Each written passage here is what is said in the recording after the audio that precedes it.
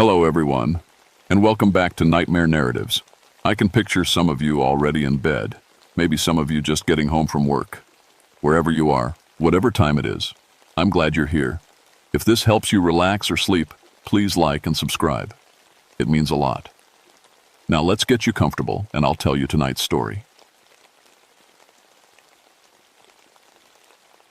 My name is Jackson Daniels, but everyone calls me Jack. No, I'm not related to the whiskey company. I get that question a lot. I've been a park ranger here in the Great Smoky Mountains for 15 years now, and before that, I spent 6 years in the Marines. I learned how to track from my Cherokee grandfather when I was just a boy. Over all these years, I've found 89 missing people, some alive, some not. But I always found them. I never believed in Bigfoot stories.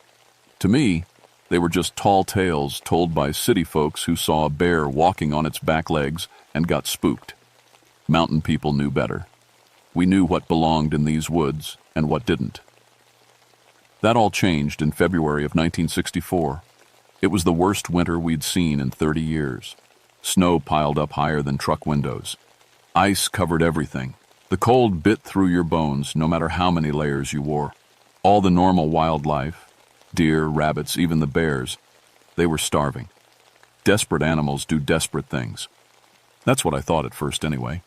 The trouble started at 3 different farms near Cades Cove. Old Man Henderson called the park office first, said something had gotten into his chicken coop and killed every bird he had. But it wasn't normal killing. The chickens were drained of blood, he said. Bite marks on their necks looked almost human, but with long teeth like a dog. 2 days later, Mrs. Patterson found her goat torn apart in her barn. Same thing, no blood left, strange bite marks. Then the Kowalski family lost their pig. Big animal, maybe 300 pounds. Whatever killed it had dragged the body a quarter mile through the snow. The farmers were scared. They wanted the Park Service to do something. These were tough mountain people who'd lived through the Depression and 2 world wars. It took a lot to frighten them. So I loaded up my gear, winter clothes, my .30-06 rifle, emerge, NC radio, food for 3 days. The forecast called for another big storm, but I figured I'd have time to check the area and get back before it hit. I was wrong about a lot of things that week. The first farm I visited was Henderson's place. The chicken coop looked like a tornado had hit it. Wooden boards were ripped clean off, not cut or broken, ripped. Deep claw marks scored the remaining wood, but it was the tracks in the snow that made my skin crawl. They were footprints, but not quite human. Too big, maybe 18 inches long. 5 toes, but with claw marks at the tips. The stride was 8 feet between steps. I'd tracked plenty of bears, and this wasn't a bear. I'd tracked men too, and this sure wasn't a man. Whatever made these tracks walked upright and weighed at least 800 pounds, based on how deep they sank in the snow. The tracks led away from the farm toward the deep woods. Part of me wanted to head back to town right then, but I had a job to do, and 89 families over the years had counted on me to find their missing loved ones. I couldn't let fear stop me now. I followed the tracks as they wound through the trees. They led up steep hillsides that would challenge an experienced hiker, but whatever made them moved easily through the terrain. Sometimes the prints disappeared where the creature had walked on bare rock or fallen logs, but I always picked up the trail again. After 3 hours of tracking, I found something that made my blood run cold. In a clearing sheltered by tall pines, someone, or something, had built a shelter. Thick branches were woven together and covered with animal hides. It wasn't neat like a human would build, but it wasn't random like an animal's nest either. It showed intelligence, planning. I approached carefully, rifle ready. The smell hit me first. Raw meat, blood, and something else. Something rotten. Inside the shelter, I found things that shouldn't have been there. Torn pieces of clothing, a hiking boot with the laces still tied, a metal water bottle with teeth marks in it, and bones, lots of bones. Some were from animals, deer, rabbits, the missing livestock. But some were different, longer, shaped wrong.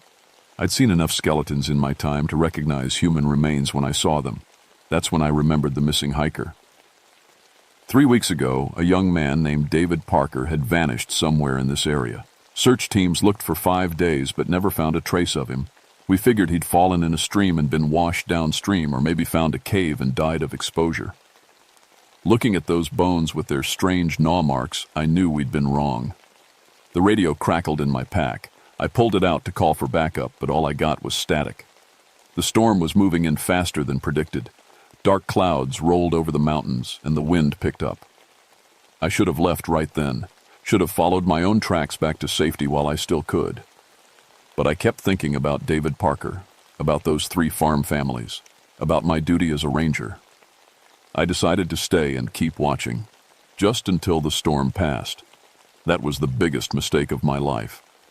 By evening, snow was falling hard, big, wet flakes that stuck to everything and made it impossible to see more than 20 feet in any direction. The wind howled through the trees like something alive and angry. I found a spot uphill from the creature's shelter where I could watch without being seen. Built myself a small windbreak out of fallen branches and settled in to wait. My grandfather had taught me patience was a hunter's best tool. As darkness fell, I heard something that raised every hair on my neck. Singing. It was a man's voice, weak and shaky, coming from somewhere down in the valley. The words were hard to make out through the wind, but it sounded like Amazing Grace. The voice kept stopping, like the singer was too tired to continue, then starting up again. My first thought was that David Parker was still alive down there, hurt and calling for help. I grabbed my rifle and emergency medical kit ready to go to him. But something made me stop. Maybe it was my military training, maybe it was instinct, but something felt wrong. The voice was coming from the direction of the creature's shelter, and it had been 3 weeks since David went missing. In this cold, without food or proper shelter, no man could survive that long. I listened more carefully. The singing was getting closer, and now I could hear footsteps crunching through the snow. Heavy steps, but trying to be quiet. "Help me," the voice called. "Please, somebody help me. I'm hurt real bad." It was definitely coming toward my hiding spot. Through the blowing snow, I saw a dark shape moving between the trees. Tall, much taller than a man should be. It walked upright but hunched over like its back was bent. "I can see your fire," the voice said. But I didn't have a fire. Hadn't dared light one for fear of being seen. The shape stopped about 30 feet away. Even through the snow, I could tell it was looking right at me. "Please don't hide from me," it said in that same weak, pleading voice. "I've been lost for so long. I'm so hungry." That's when I saw its eyes. They reflected light like an animal's, but they were too high off the ground. This thing was at least 9 feet tall. "My name is David Parker," it said. "I'm 23 years old. I live in Knoxville. Please help me." But the voice was wrong. Too deep, like it was coming from a barrel.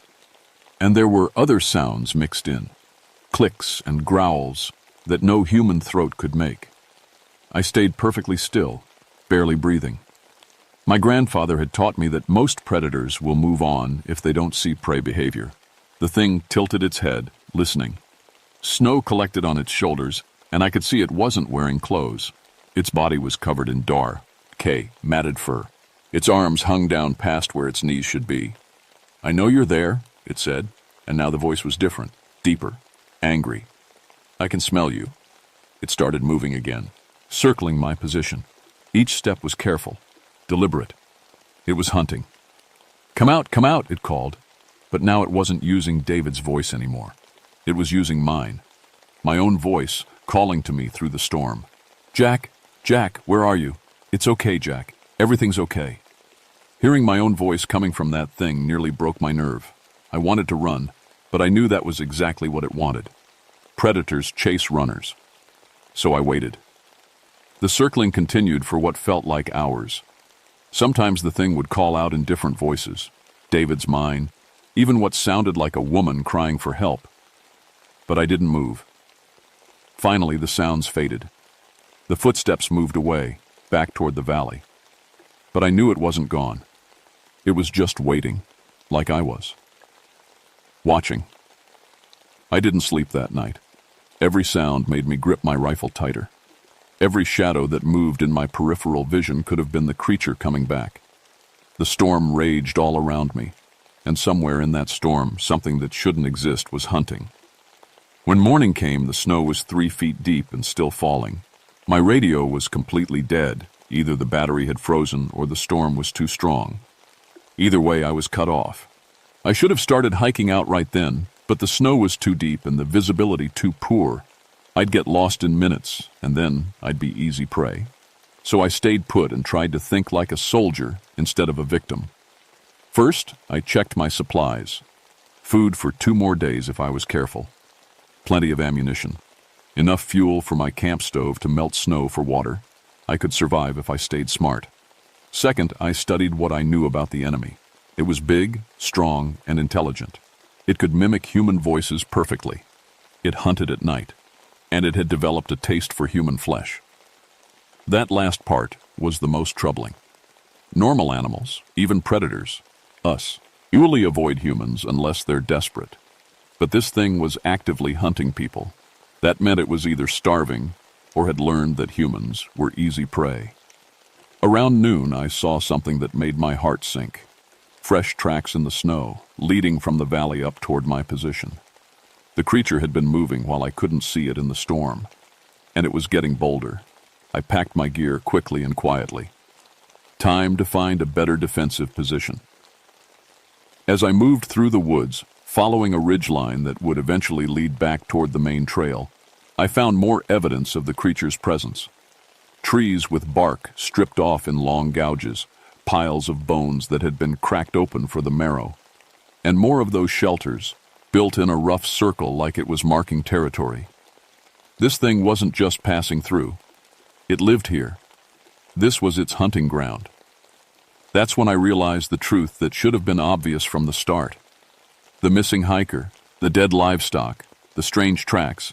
This had probably been going on for months, maybe years. We just hadn't connected the dots because we didn't want to believe something like this could exist. How many people had vanished in these mountains over the years? How many unexplained disappearances had we blamed on accidents or exposure? As if summoned by my thoughts, I heard the voice again. "Jack? Is that you, Jack?"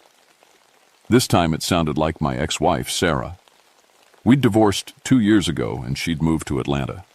There was no way she could be in these mountains, but the voice was perfect. Every inflection, every little catch in her throat when she was scared.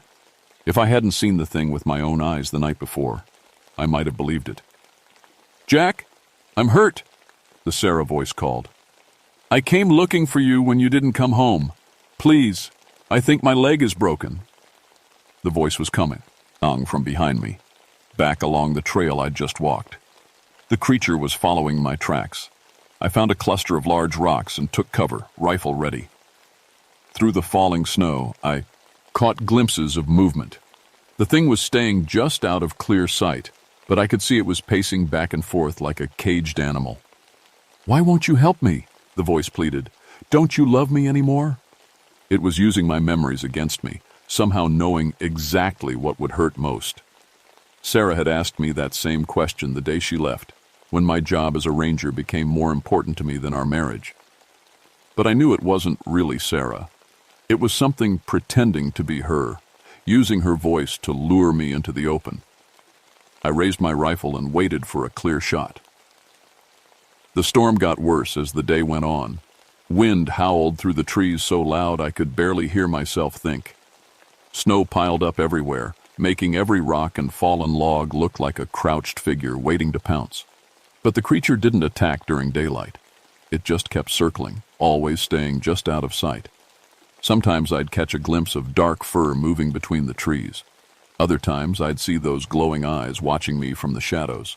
But it never came close enough for a clear shot. It was smart, smarter than any animal I'd ever tracked. Around 3 in the afternoon, I found something that made my stomach turn. Half buried in the snow near a fallen tree, I discovered more human remains.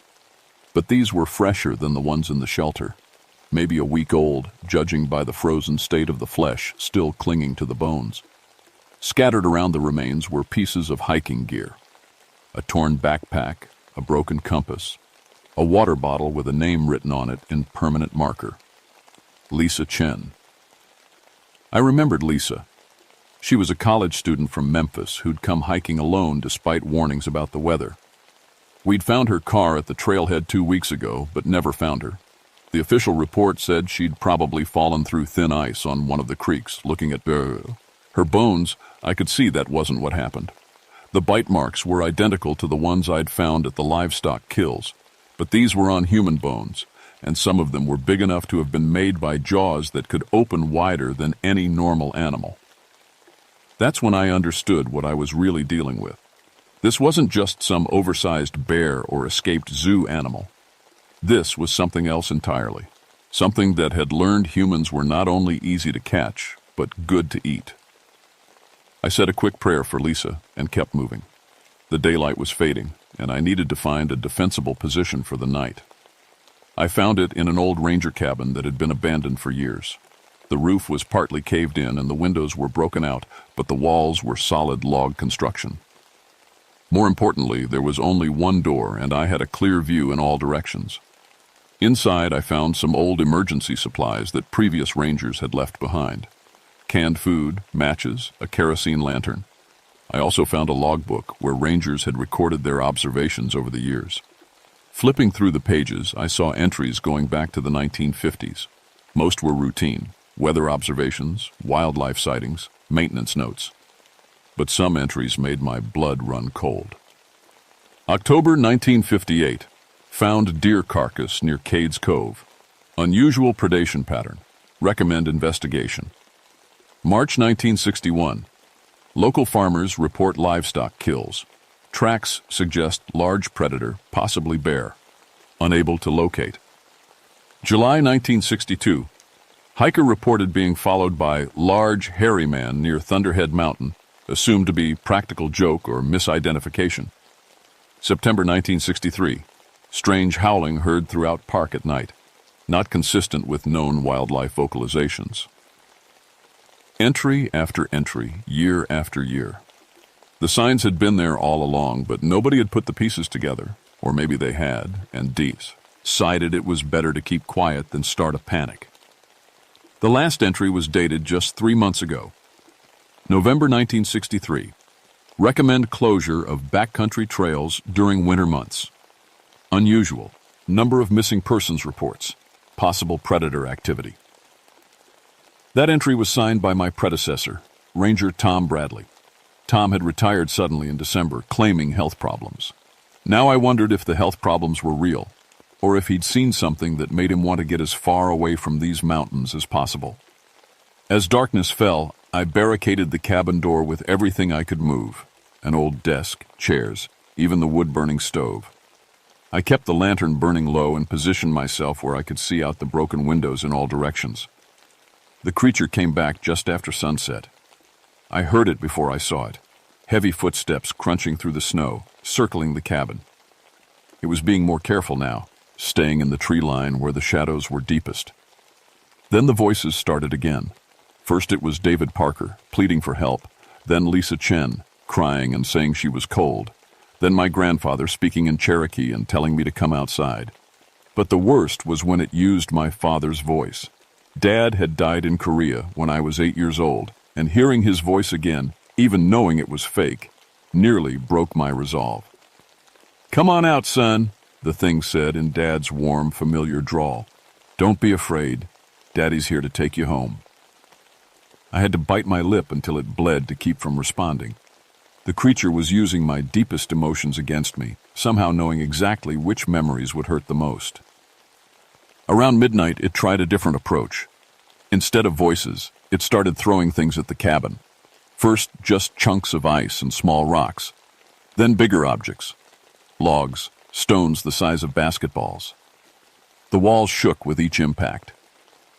I knew it was testing the structure, looking for weak points. Sooner or later, it would find one. That's when I decided to go on the offensive. I had maybe 6 hours until dawn, if I went. As going to make a stand, it had to be on my terms, not the creature's. I couldn't just sit in the cabin and wait for it to find a way in. I loaded my rifle with my best ammunition, heavy grain bullets designed for elk hunting. If this thing was flesh and blood, these rounds would stop it. If it wasn't, well, I'd deal with that problem when I came to it. Moving as quietly as I could, I climbed out through the back window and circled around to where I'd last heard the creature moving. The snow was still falling, but not as hard. I could see maybe 50 feet in the pale moonlight.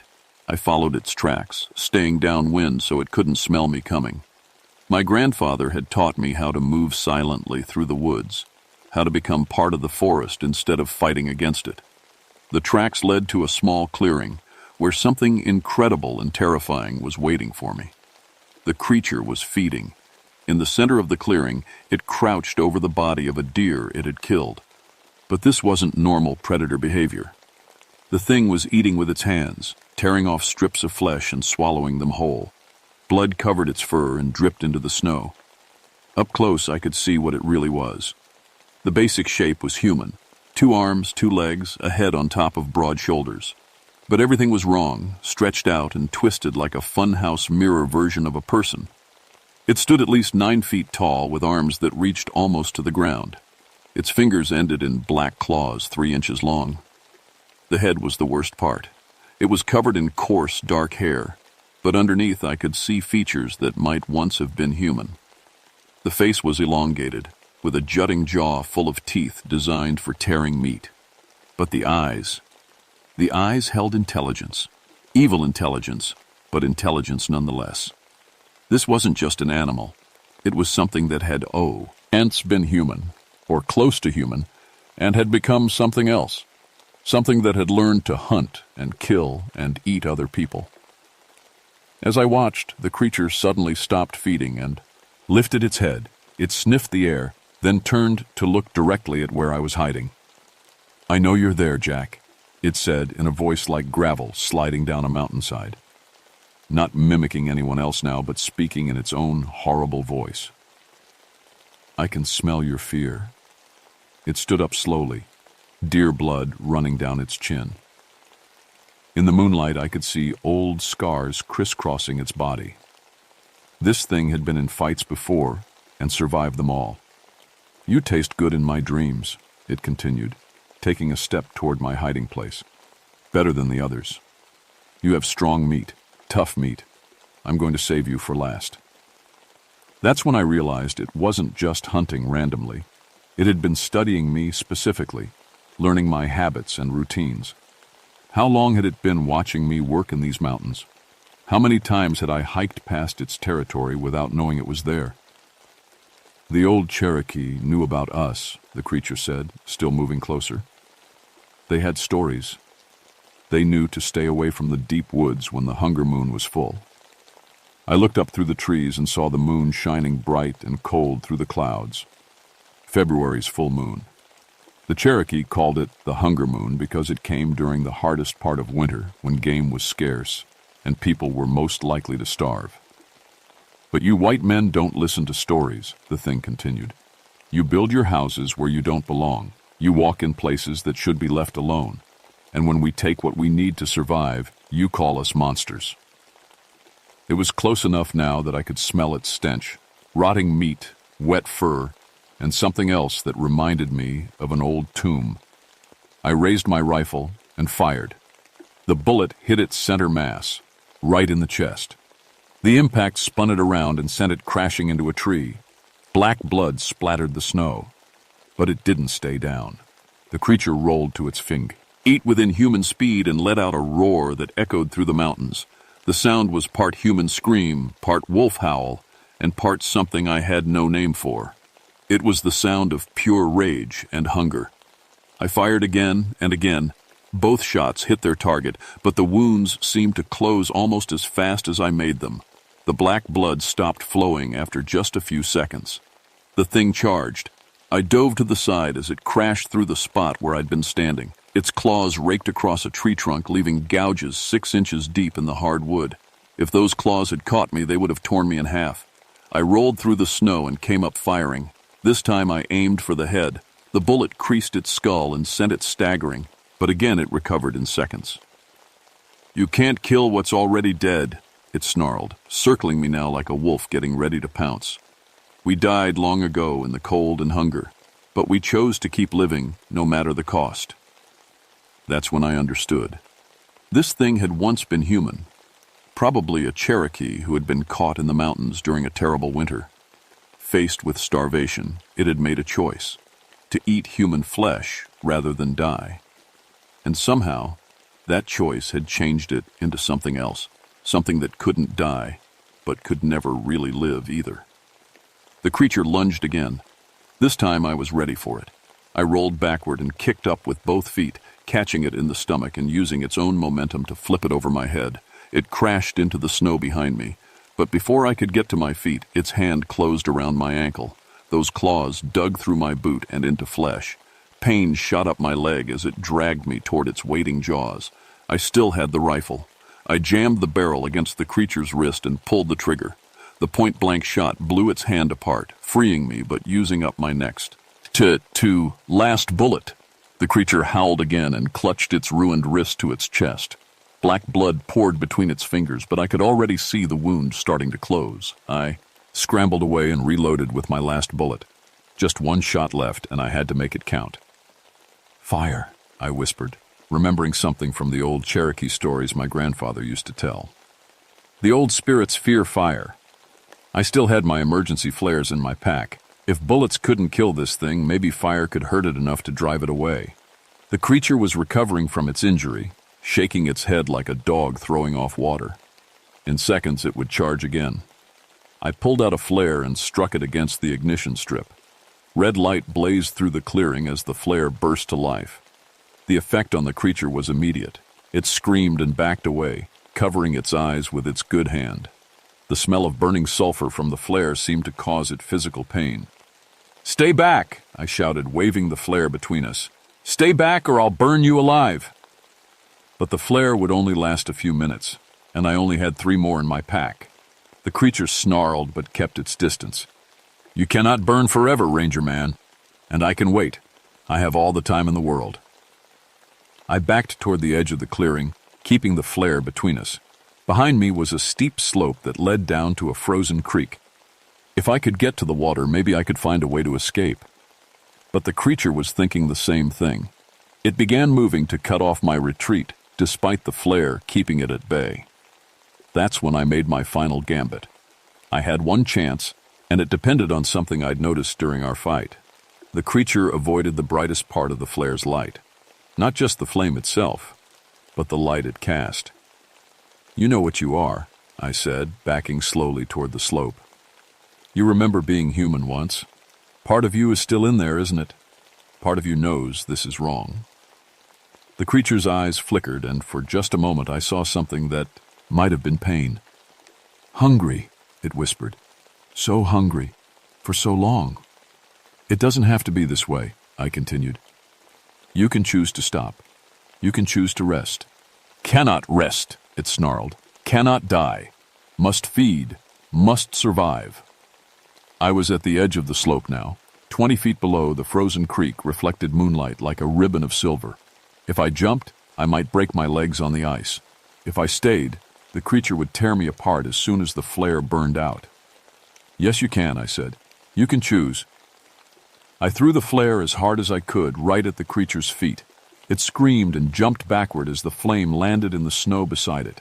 In that moment of distraction, I took my shot. But I didn't aim at the creature. Instead, I aimed at the flare. The bullet hit the flare's chemical core, and it exploded in a burst of fire that spread across the snow-covered ground. The creature found itself standing in the middle of a circle of burning chemicals, trapped by the one thing it truly feared. It thrashed and howled, looking for an escape route. But every direction led through fire. For a moment, I thought I had won. Then the creature looked directly at me with those intelligent, hate-filled eyes. "If I burn," it said in a voice like breaking glass, "I burn alone." It charged straight through the flames. Its fur caught fire immediately. Within seconds, it was a living torch stumbling toward me. But it kept coming, even as the fire consumed it. I had no choice. I jumped. The fall down the slope seemed to last forever. I hit the ice hard, felt something snap in my shoulder, and rolled into the darkness beside the creek bank. Above me, I could hear the creature's death screams echoing through the mountains. The smell of burning flesh drifted down on the wind. Then silence. I lay in the snow for a long time, too hurt and too exhausted to move. My shoulder was definitely broken, and my ankle where the creature had grabbed me was bleeding badly. But I was alive. When I finally managed to climb back up the slope, I found the clearing empty except for a large patch of melted snow and some black stains on the ground.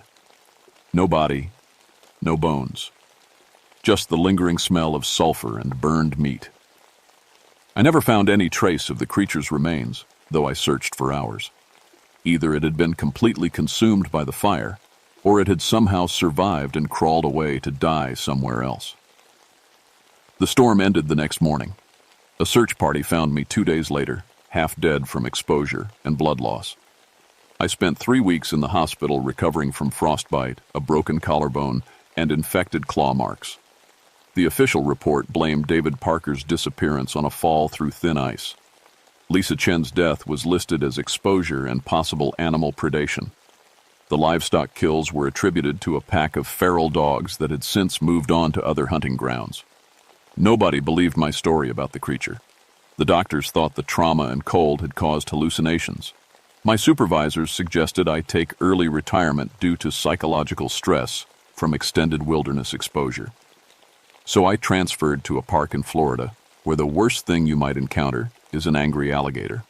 I never worked in mountain country again. But sometimes late at night I still get calls from other rangers.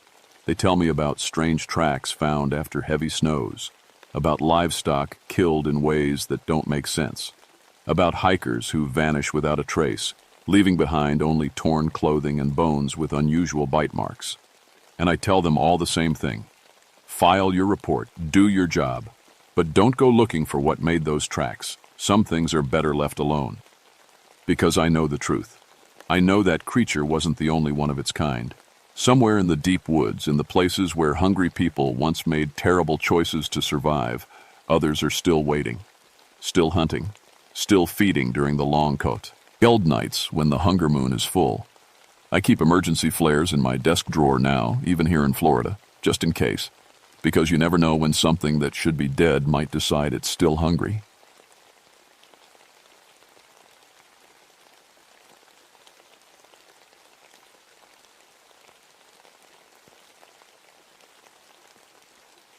My name is Margaret Bell, but everyone calls me Maggie. I've been a park ranger for 12 years now, working in the Cherokee National Forest in Tennessee. When I first started this job back in 1964, I was the only woman ranger in the whole forest. The men didn't think I could handle it, but I proved them wrong every single day. I grew up in these mountains. My daddy used to tell me stories about our family name, the Bell family.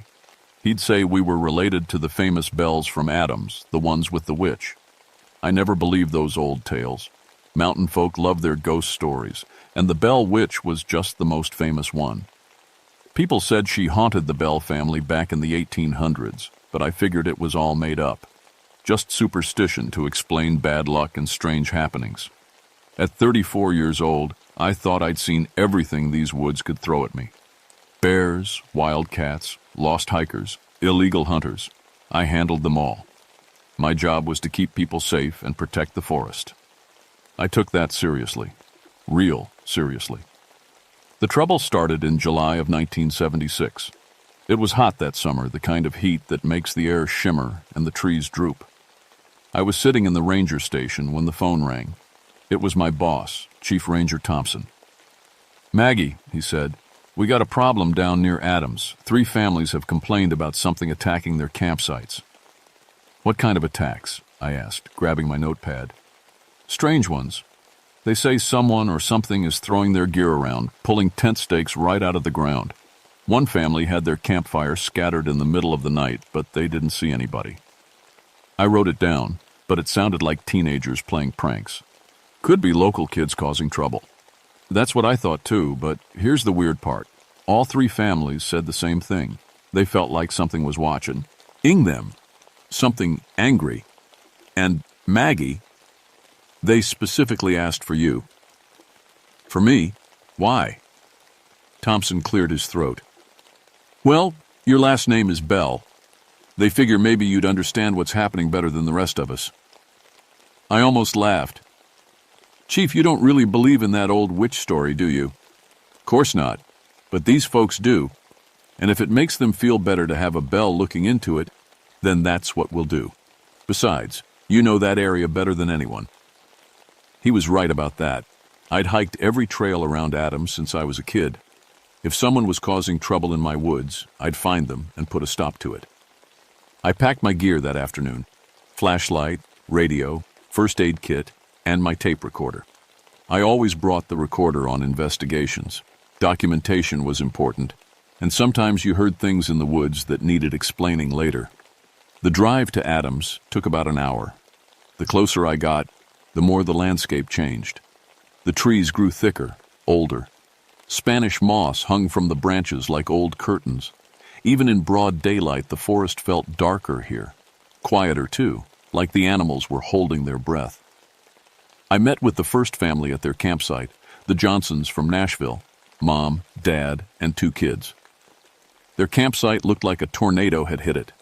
Tent stakes were pulled clean out and thrown 20 feet away. Their cooler was upside down, food scattered everywhere. It happened around midnight, Mr. Johnson told me. His hands were shaking as he lit a cigarette. We heard this sound, like someone walking around our tent, but when I looked outside, nobody was there. Then our tent started shaking, Mrs. Johnson added. Not from wind. There wasn't any wind. It shook like someone was grabbing the corners and yanking on them. Their 8-year-old daughter tugged on my uniform. The lady was mad, she whispered. What lady, honey? The one who was throwing our stuff. She was really, really mad.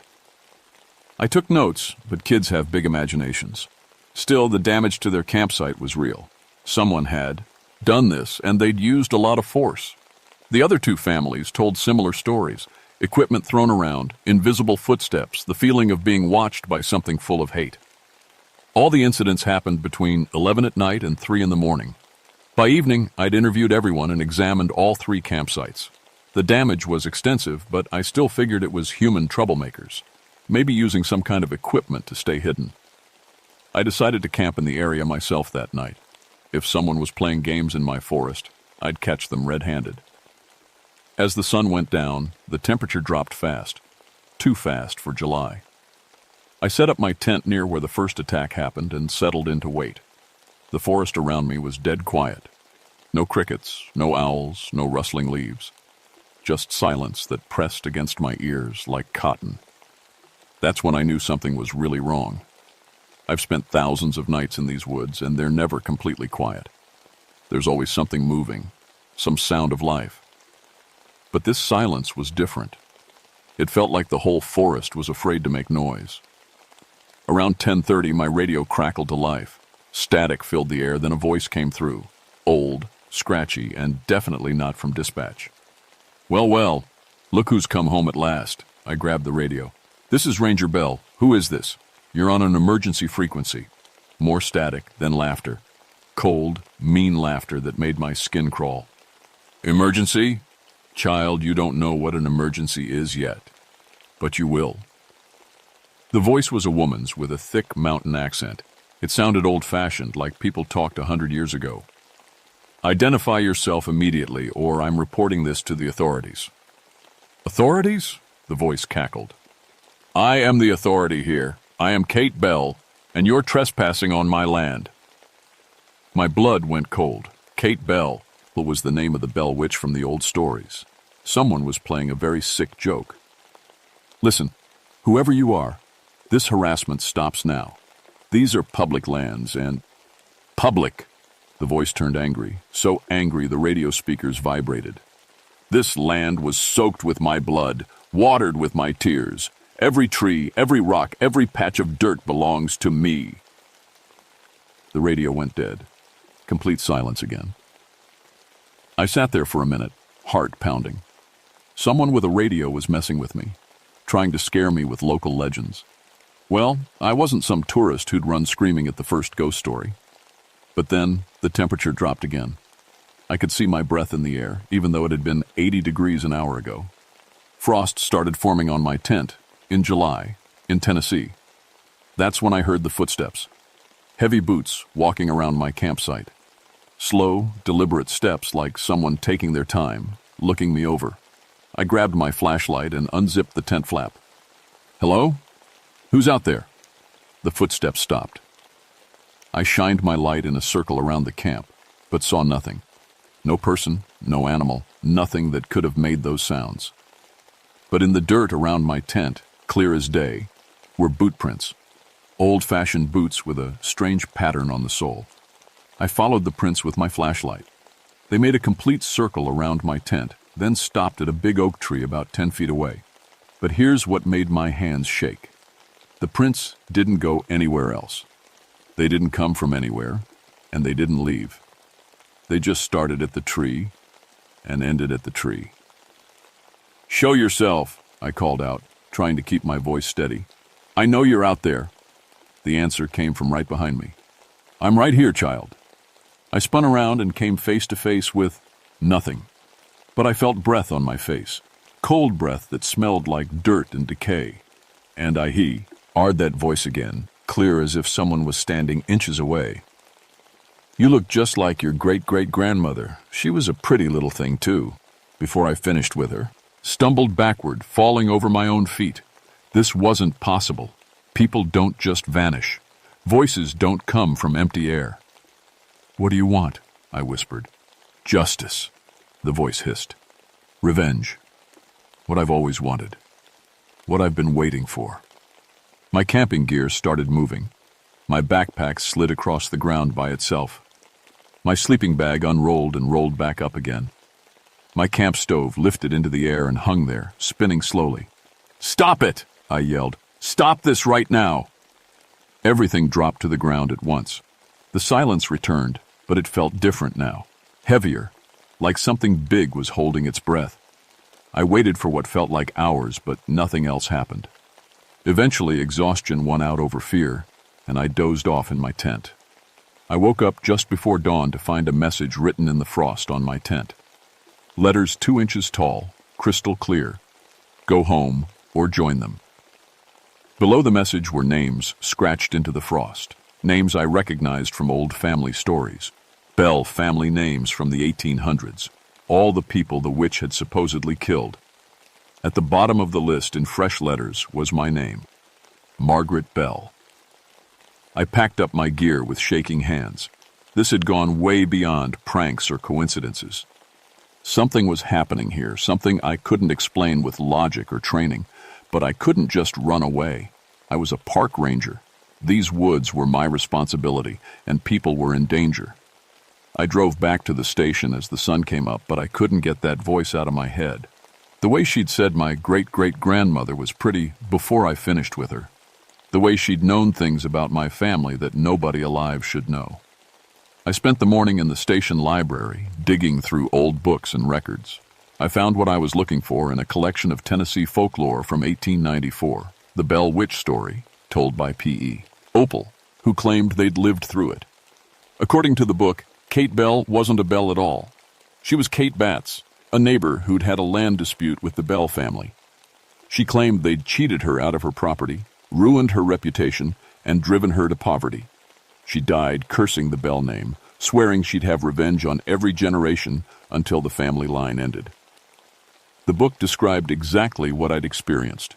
Invisible footsteps, objects moving by themselves, a voice that came from nowhere. It also described how the witch had killed several Bell family members before finally disappearing in the 1820s. But according to the old stories, she'd promised to return someday to finish what she started. As I read, my radio crackled again. Same static, same old voice. "Enjoying your reading, child? Learning about your family history?" I keyed the mic. "What happened to Kate Batts? What turned her into this?" "Your precious Bell family happened to me. Stole my land, called me a liar, made me an outcast. I died alone and broken while they prospered. But death ain't the end of everything, as you're about to learn. That was over 150 years ago. I had nothing to do with it.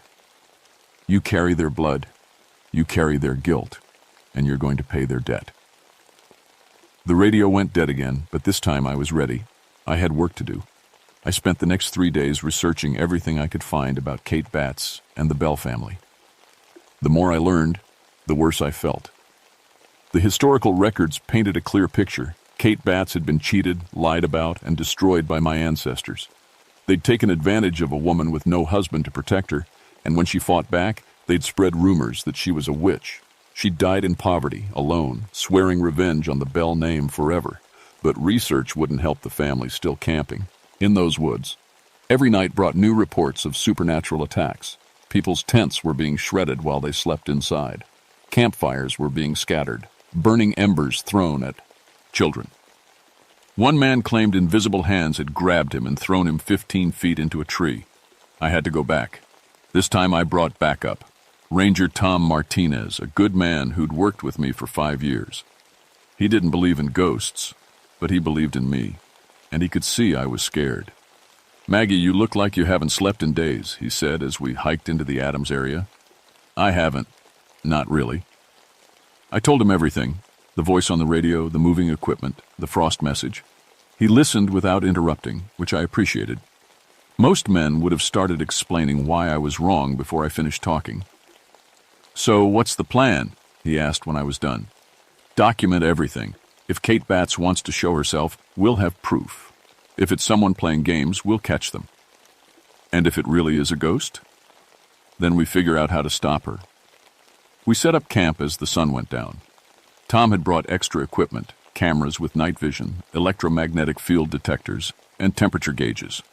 If something supernatural was happening, we'd have scientific proof. The attack started at 11:17 p.m. The temperature dropped 30 degrees in less than a minute. Our breath came out in white puffs and frost started forming on everything.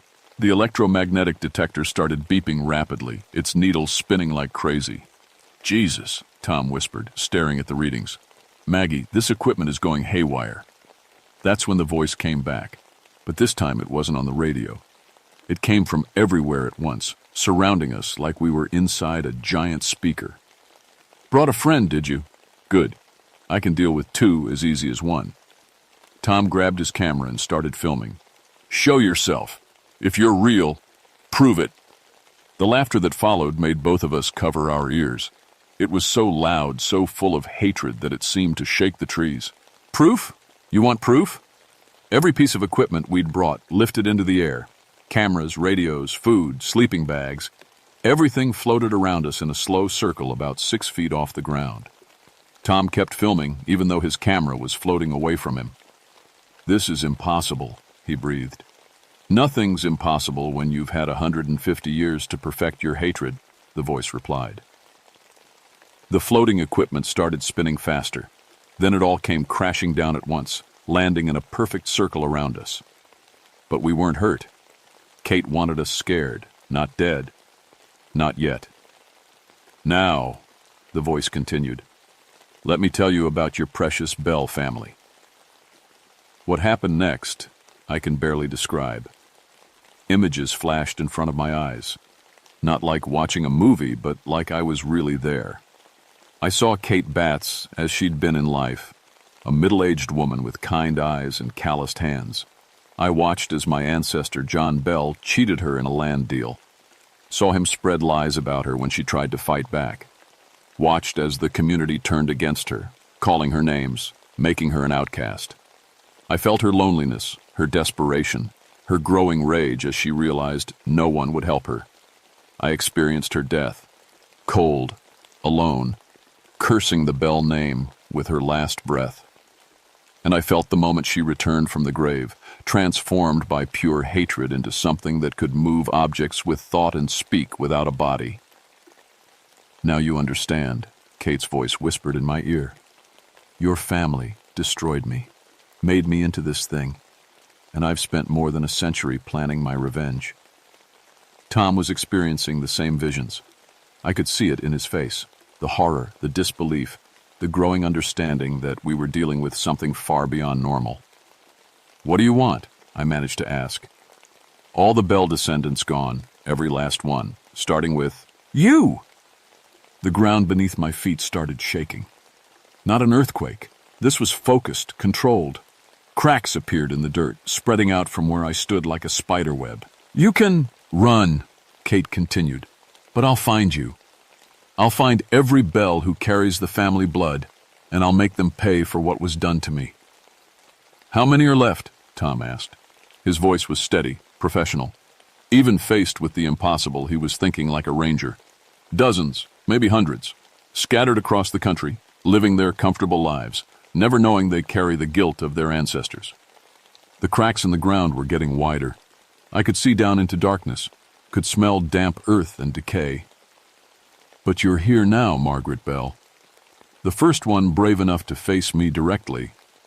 That deserves consideration." Everything stopped. The shaking, the cold, even the electromagnetic readings went back to normal. The sudden quiet was almost worse than the supernatural chaos. "I'll make you a deal," Kate said, her voice softer now but no less frightening. "Help me find the others.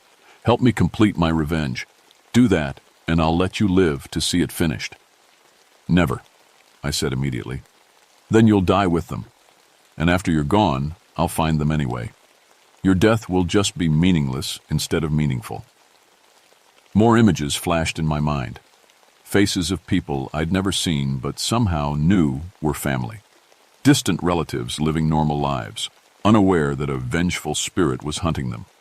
Kids, grandparents, young parents with babies, all marked for death because of something that happened before they were born. "Think about it," Kate whispered. "You have until tomorrow night to decide. Help me, or join the list of names I scratch in the frost." The presence lifted like a weight being removed from my chest. Tom and I sat there in the sudden normal night, surrounded by our scattered equipment, trying to process what had just happened. "Did we really just—" Tom started. "Yeah, we did." He looked at his camera. "Did it record?" I checked the tonsils, the tape recorder I always carried. The whole conversation was there, clear as day. Proof that something impossible was happening in these woods. "Maggie, what are you going to do?" I looked around at the forest that had been my home for 34 years. Tomorrow night, I'd have to make a choice that would determine not just my fate, but the fate of dozens of innocent people. "I don't know," I admitted. "But I have to think of something. Kate Batts might have a right to be angry, but murder isn't justice. It's just more evil." As we packed up our damaged equipment, I kept thinking about those visions. Kate had been wronged, terribly wronged. But somewhere in the century and a half since her death, her righteous anger had twisted into something monstrous. The question was, could it be twisted back? I spent the next day in the town library reading everything I could find about Kate Batts. Not the ghost stories, but the real historical records. What I found broke my heart. Kate hadn't been a witch. She'd been a widow trying to survive in a world that gave women no rights. When my ancestor John Bell cheated her out of her land, she'd had no legal way to fight back.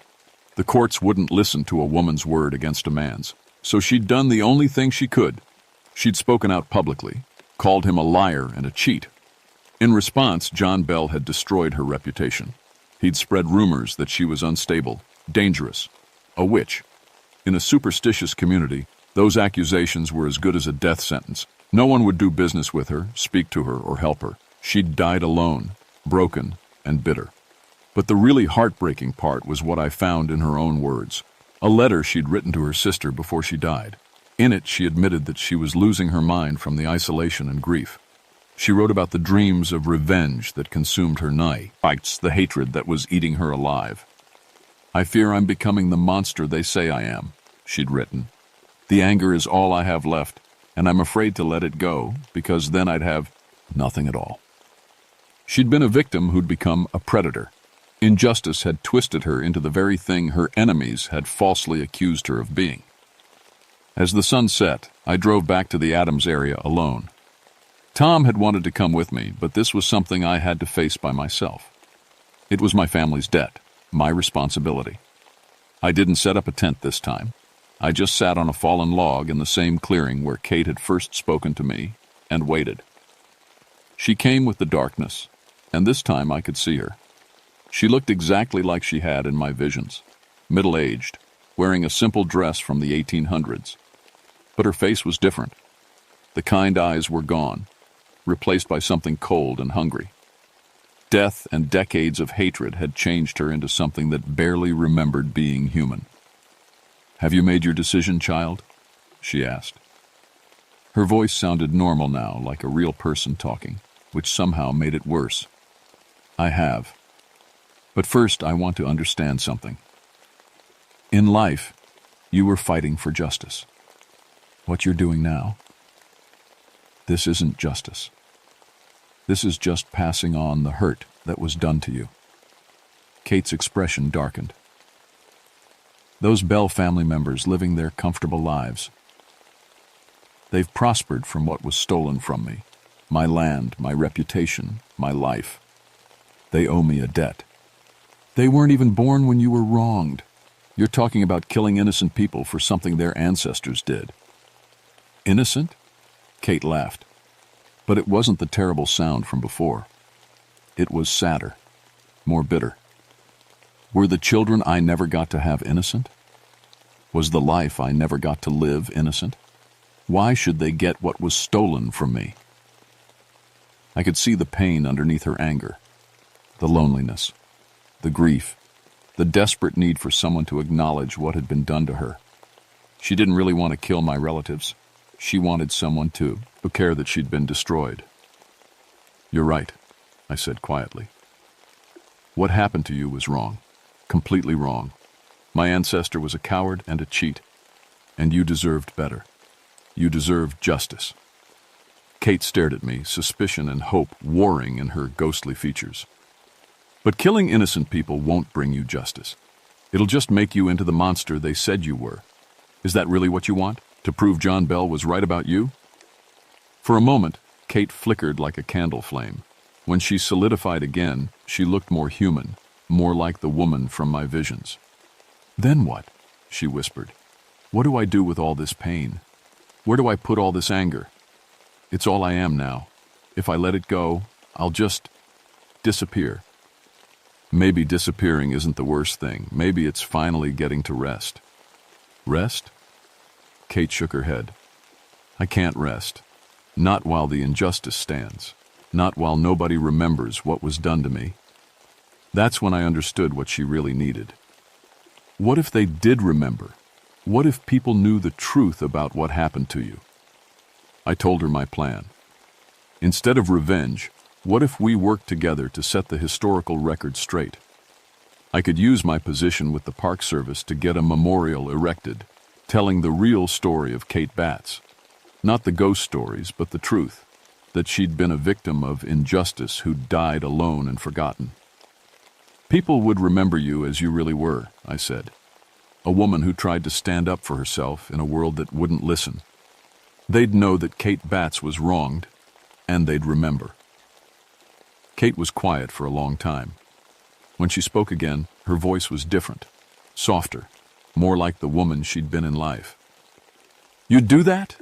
Even though I threatened your family?" "Because you threatened my family. I understand now why you're angry. And I think maybe you need one to be angry on your behalf instead of just being angry yourself." For the first time since she'd appeared, Kate smiled. It transformed her face, making her look almost alive again. "You're not like the other Bells," she said. "Maybe that's because I've been where you were, fighting for respect in a world run by men, trying to prove I belonged when everyone said I didn't. I know what it feels like to be dismissed and ignored just because of who you are." Kate nodded slowly. "The anger does get heavy after a while." "Then put it down. Let me carry some of it for you." Kate looked around the forest that had been her prison for over a century. "If I let go, if I stop fighting, will anyone remember that I was here?" "I will. And I'll make sure others do too." She closed her eyes and took a deep breath she didn't need. When she opened them again, they were the kind eyes from my visions. "All right, Margaret Bell. All right." The change was immediate. The unnatural cold lifted. The oppressive feeling of hatred that had filled these woods faded away, For the first time since I'd started investigating, the forest felt normal. Kate was fading too, becoming translucent as the anger that had anchored her to the world finally released its hold. "Thank you," she whispered as she disappeared. "Thank you for seeing me." And then she was gone, and I was alone in the woods with just the normal sounds of night creatures and wind in the trees. It took me 6 months to get the memorial approved. Park bureaucracy moved slowly, and I had to fight for every word that went on that plaque. But eventually, it was installed at the edge of the Adams area, where campers would see it and understand the history of the land they were visiting.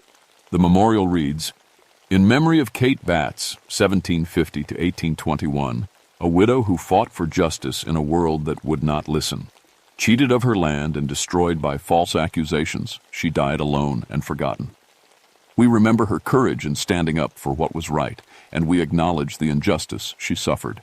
May her story remind us that every person deserves dignity, respect, and fair treatment under the law."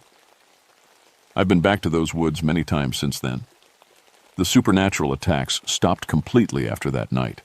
Families camp there safely now, though sometimes they ask about the memorial and the woman it honors.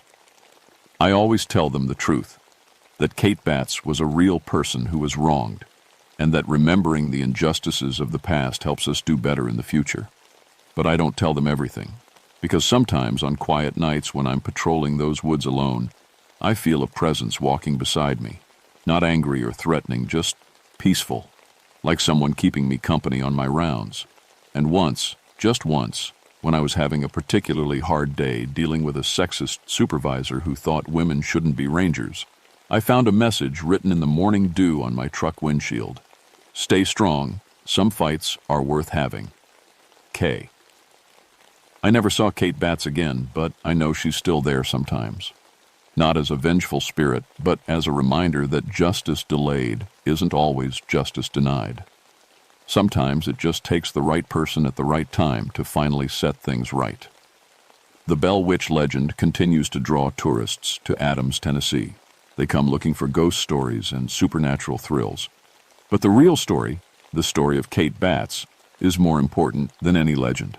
It's a reminder that our actions have consequences that can last for generations, and that sometimes the dead need the living to speak for them. I retired from the Park Service last year, but I still live near those woods. I've become something of a local historian, collecting stories about the area and the people who lived here. I make sure that the real Kate Batts, not the witch of legend, but the woman who fought for justice, is never forgotten again. Because everyone deserves to be remembered for who they really were, not for what others said about them. And sometimes, late at night when the wind is just right, I swear I can hear her voice on the breeze. No longer angry or demanding revenge, but simply saying what she never got to say in life. Thank you for listening. That's enough. It's finally enough.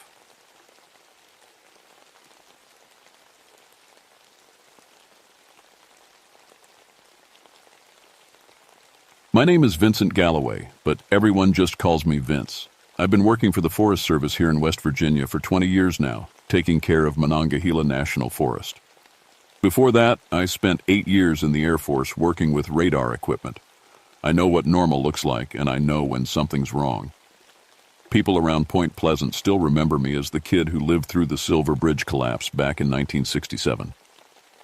I was only 14 then, walking home from school when I heard that awful sound, metal screaming like it was alive and in pain. 46 people died that day. I still dream about it sometimes. That's part of why I took this job. Out here in the forest, away from big bridges and busy roads, I thought I'd found peace. April 1985 was weird from the start. Spring came too early that year, and the snow melted too fast. The Cheat River and all the smaller streams were running high and angry, washing out roads and putting stress on every bridge in the forest. My boss, Jim Harrison, called me into his office on a Monday morning with a stack of reports and a worried look.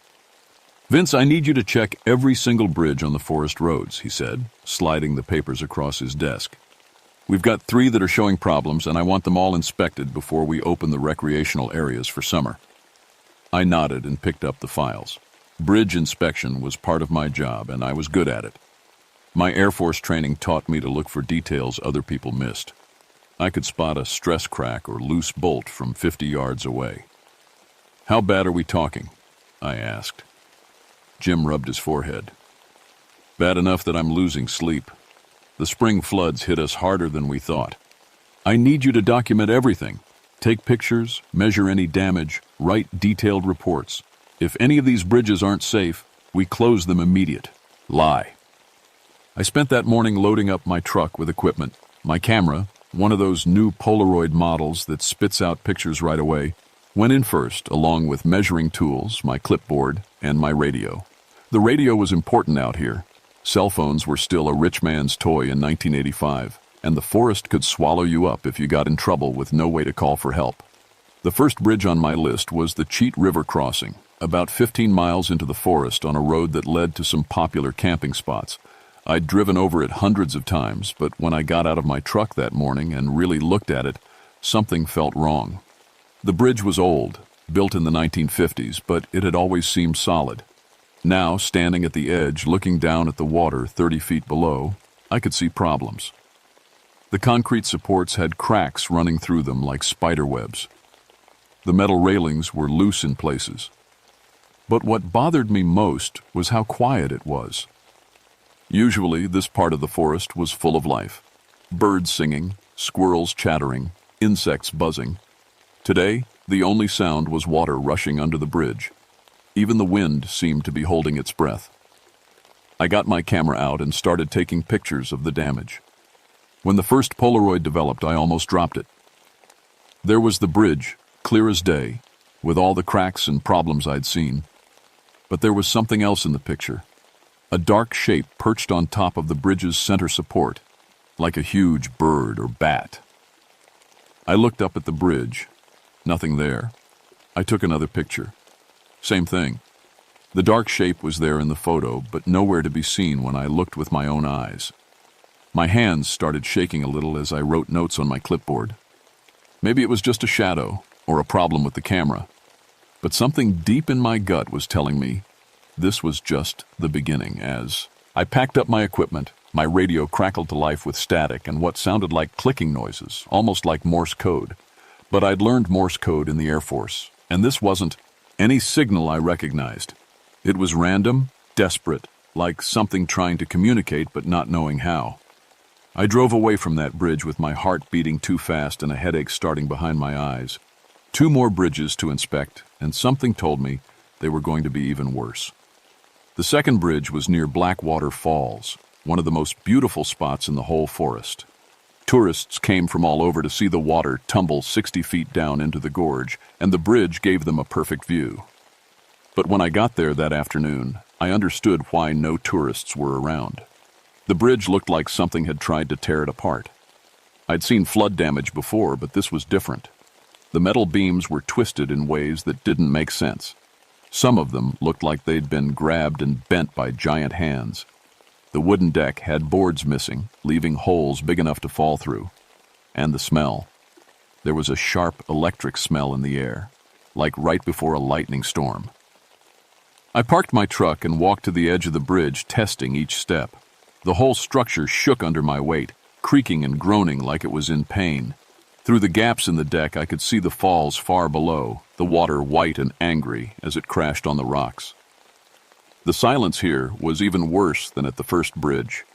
No birds, no insects, not even the sound of small animals moving through the bushes. Just the roar of the waterfall and the wind whistling through the broken bridge. I started taking pictures again, documenting every crack, every loose bolt, every missing board.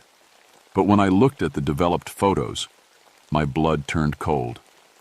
In every single picture, the same dark shape appeared, sometimes perched on the bridge railings, sometimes seeming to hover in midair above the gorge. This time, I could make out more details. It looked like a perstas, on, but wrong. Too tall, with arms that were too long, and what I thought might be wings folded against its back.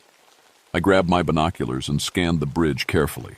Nothing, just twisted metal and broken wood. My radio started acting up again, cycling through different frequencies on its own. Between bursts of static, I heard what sounded like voices, not clear enough to understand, but urgent and frightened. Then came that clicking sound again, faster now, almost frantic. I was writing notes when the headache hit me like a hammer. Sharp, stabbing pain right behind my eyes, worse than any headache I'd ever had. For a few seconds, my vision went blurry and I had to grab the truck door to keep from falling down. When my sight cleared, I saw movement on the bridge. It was just for a second, something large and dark shifting position near the center of the span. When I looked directly at it, nothing was there. But out of the corner of my eye, I kept seeing it move. I forced myself to finish the inspection, measuring the damage and taking more photos. Every picture showed the same dark figure, sometimes in different positions, always watching. My hands were shaking so bad I could barely write, and the headache was getting worse. As I packed up to leave, I heard something that made my heart skip. It sounded like wings. Big ones, like a goose or eagle, but much louder. The sound came from above the bridge, but when I looked up, the sky was empty. Then, clear as a bell, I heard a voice inside my head. Not through my ears, actually inside my head, like my own thoughts, but not my own voice. Danger. Bridge falls. People die. I spun around, looking for whoever had spoken, but I was alone. The voice came again, sad and urgent. Soon, very soon, you must warn them. "Who's there?" I called out, feeling foolish but scared enough not to care. "What do you want?" No answer. Just the wind and the waterfall, and my own heart beating so hard I thought it might burst. I got in my truck and drove away as fast as I dared on the twisting forest road. In my rear-view mirror, I could swear I saw something large and winged rise up from the bridge and circle overhead, following me for almost a mile before disappearing into the trees. When I got back to the ranger station, Jim took one look at my face and poured me a cup of coffee with shaking hands. "You look like you've seen a ghost," he said. I wanted to tell him everything, about the photos, the voices, the shape I kept seeing. But how could I explain something I didn't understand myself? Instead, I just handed him my report and photos. "Both bridges need to be closed immediately," I said. "They're not safe." Jim looked through the pictures, frowning at the damage. If he noticed the dark shape that appeared in every photo, he didn't say anything. "This is bad, Vince. Really bad. But I've got one more bridge I need you to check tomorrow. The old logging bridge over Devil's Canyon. After that, we'll make our decisions." I nodded, but inside I was dreading what I might find at that third bridge. Something was trying to warn me about danger, and I had a terrible feeling that tomorrow I'd find out what it was. I didn't sleep at all that night. Every time I closed my eyes, I saw those twisted metal beams and heard that voice in my head. People die. Very soon. The Devil's Canyon Bridge was the oldest and most remote of the three, built back in the 1940s for logging trucks. Now it was mainly used by hunters and hikers who wanted to reach the deepest parts of the forest. It was 15 miles from the nearest ranger station, down a dirt road that barely deserved the name. I loaded my truck with extra equipment that morning: flares, rope, my emergency first aid kit. Something told me I was going to need them. The drive took almost an hour, winding through thick forest where the trees grew so close together they blocked out most of the sky. When I finally reached the bridge, I sat in my truck for a long moment, staring. Devil's Canyon was deep, almost 100 feet from the bridge to the rocky bottom. The bridge itself was a simple steel beam design, built tough to handle heavy logging equipment. But like the others, it showed signs of damage that didn't make sense. The steel beams had cracks that zigzagged through them like lightning bolts. The wooden decks sagged in places, and several support cables were hanging loose, swaying in the breeze like dead snakes. But the strangest thing was the pattern of the damage. It looked deliberate, like something had carefully weakened specific points to make the bridge fail in exactly the right way. I got out of my truck and immediately felt that same wrongness I'd experienced at the other bridges. The forest around Devil's Canyon was completely silent. No birds, no insects, not even the rustle of small animals in the bushes. The air smelled of electricity and something else, something wild and animal-like. As I walked toward the bridge, my radio came to life without me touching it. This time, instead of static and clicking, I heard voices, faint but clear enough to understand. Bridge inspection. Structural failure imminent. Evacuate immediately. The voices sounded like emergency dispatchers, but that was impossible. My radio wasn't tuned to any emergency frequency, and anyway, there was no disaster to dispatch anyone to. Yet. I started taking pictures, and right away I could see the dark figure in the viewfinder. This time it wasn't hiding or barely visible. It was standing right in the middle of the bridge, clear as day. I lowered the camera and looked with my naked eyes. Nothing there. Raised the camera again. There it was, standing perfectly still, facing me. I took the picture. When it developed, my hands started shaking so hard I almost dropped it. The figure was clearer than ever before, defined, nightly human-shaped but wrong in every detail. Too tall, easily 7 or 8 feet, arms that hung down past its knees, and what looked like massive wings folded against its back, leathery and bat-like. But the worst part was the eyes. Even in the blurry Polaroid, I could see they were glowing, bright red, like coals in a fire. The headache hit me again, worse than before. For a moment, the world spun, and I had to sit down hard on the ground, clutching my head. And in that moment of pain and confusion, the voice came back. Not just in my head this time, I could hear it in the air around me, like someone whispering from every direction at once. Vincent Galloway, Silver Bridge survivor. You know what happens when bridges fall. Who are you? I gasped, struggling to stand up. What do you want? I am the warning that comes before disaster. I tried to warn them before, at Silver Bridge. Few listened. Many died. Suddenly, images flooded my mind. Not my own memories, but visions that felt more real than reality. I saw the Silver Bridge in 1967, saw that same dark figure perched on the towers in the days before the collapse, saw it trying to warn people, trying to make them understand, but nobody listening until it was too late. These bridges will fall, the voice continued. 3 days. Many will die unless you make them listen. Why me? I asked, though part of me already knew the answer. Because you survived before. Because you understand the cost of not listening. Because you can see me when others cannot. I looked up at the bridge and gasped. The figure was there, not in a photo, not in my peripheral vision, but standing right there in broad daylight. 8 feet tall, with wings that stretched almost 20 feet across. Its face was mostly human, but the eyes were like burning red coals, and when it opened its mouth, I saw rows of sharp teeth. But strangest of all, I wasn't afraid. Somehow, I knew it wasn't there to hurt me. Tomorrow, the small bridge falls at sunset. The day after, the waterfall bridge fails at noon. The third day, this bridge, it collapses at dawn. Families will be crossing. Children will die. Unless you stop them. More visions flooded my mind. Specific scenes of the disasters to come. I saw a family in a station wagon crossing the first bridge just as it gave way, the car tumbling into the river. Saw hikers on the second bridge when it collapsed, sending them plummeting into the gorge. Saw school children on a field trip standing on this very bridge when the steel beams snapped and the whole structure folded like a house of cards. How can I stop it? I asked. Nobody will believe me. They'll think I'm crazy. Find another way. You are an engineer of bridges. Make them see the danger without telling them how you know. The figure spread its massive wings and leaped into the air. For a moment, it hung there, silhouetted against the sky, and I could see it clearly as anything I'd ever seen in my life. Then it folded its wings and dropped into the canyon, disappearing among the shadows. I stood there for a long time, my mind racing. The creature, Mothman, I realized, remembering the old stories, was right about one thing.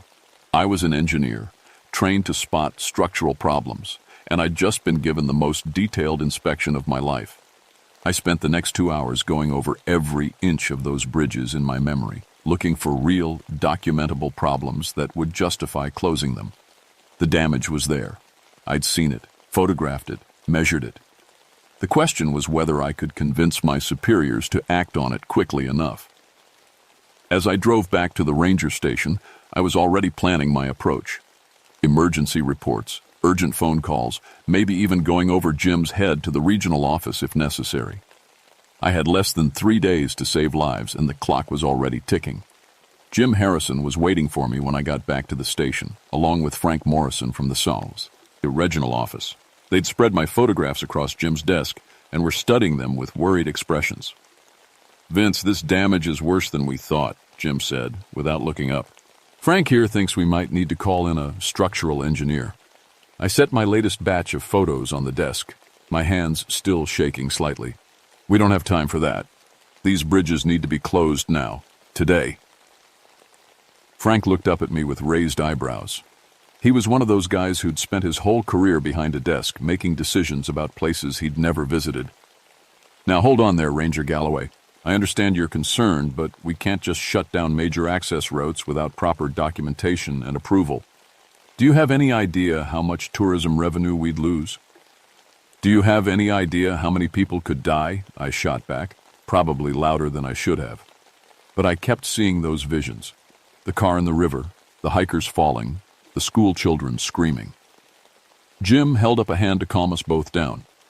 "Vince, walk us through what you found. Start with the worst one." For the next hour, I gave them the most detailed briefing of my career. I showed them every crack, every loose bolt, every sign of structural failure. I explained how the flood damage had compromised the foundations, how metal fatigue was spreading through the support beams, how the wooden decks were rotting from the inside out. What I didn't tell them was how I knew exactly when each bridge would fail. Frank listened, but I could see he wasn't convinced. "The damage is concerning," he admitted, "but bridges are built with safety margins. Even with this deterioration, they should hold for months, maybe years, with proper maintenance." "Not these bridges," I said firmly. "The damage is too extensive. We're looking at catastrophic failure, not gradual deterioration." "Based on what evidence?" Frank challenged. "You're a forest ranger, not a structural engineer. I need expert analysis before I authorize closing 3 major bridges." I wanted to grab him by the shoulders and shake him. Instead, I pulled out my radio and tuned it to the emergency frequency. Static filled the room, but underneath it, faint but audible, came those warning voices again.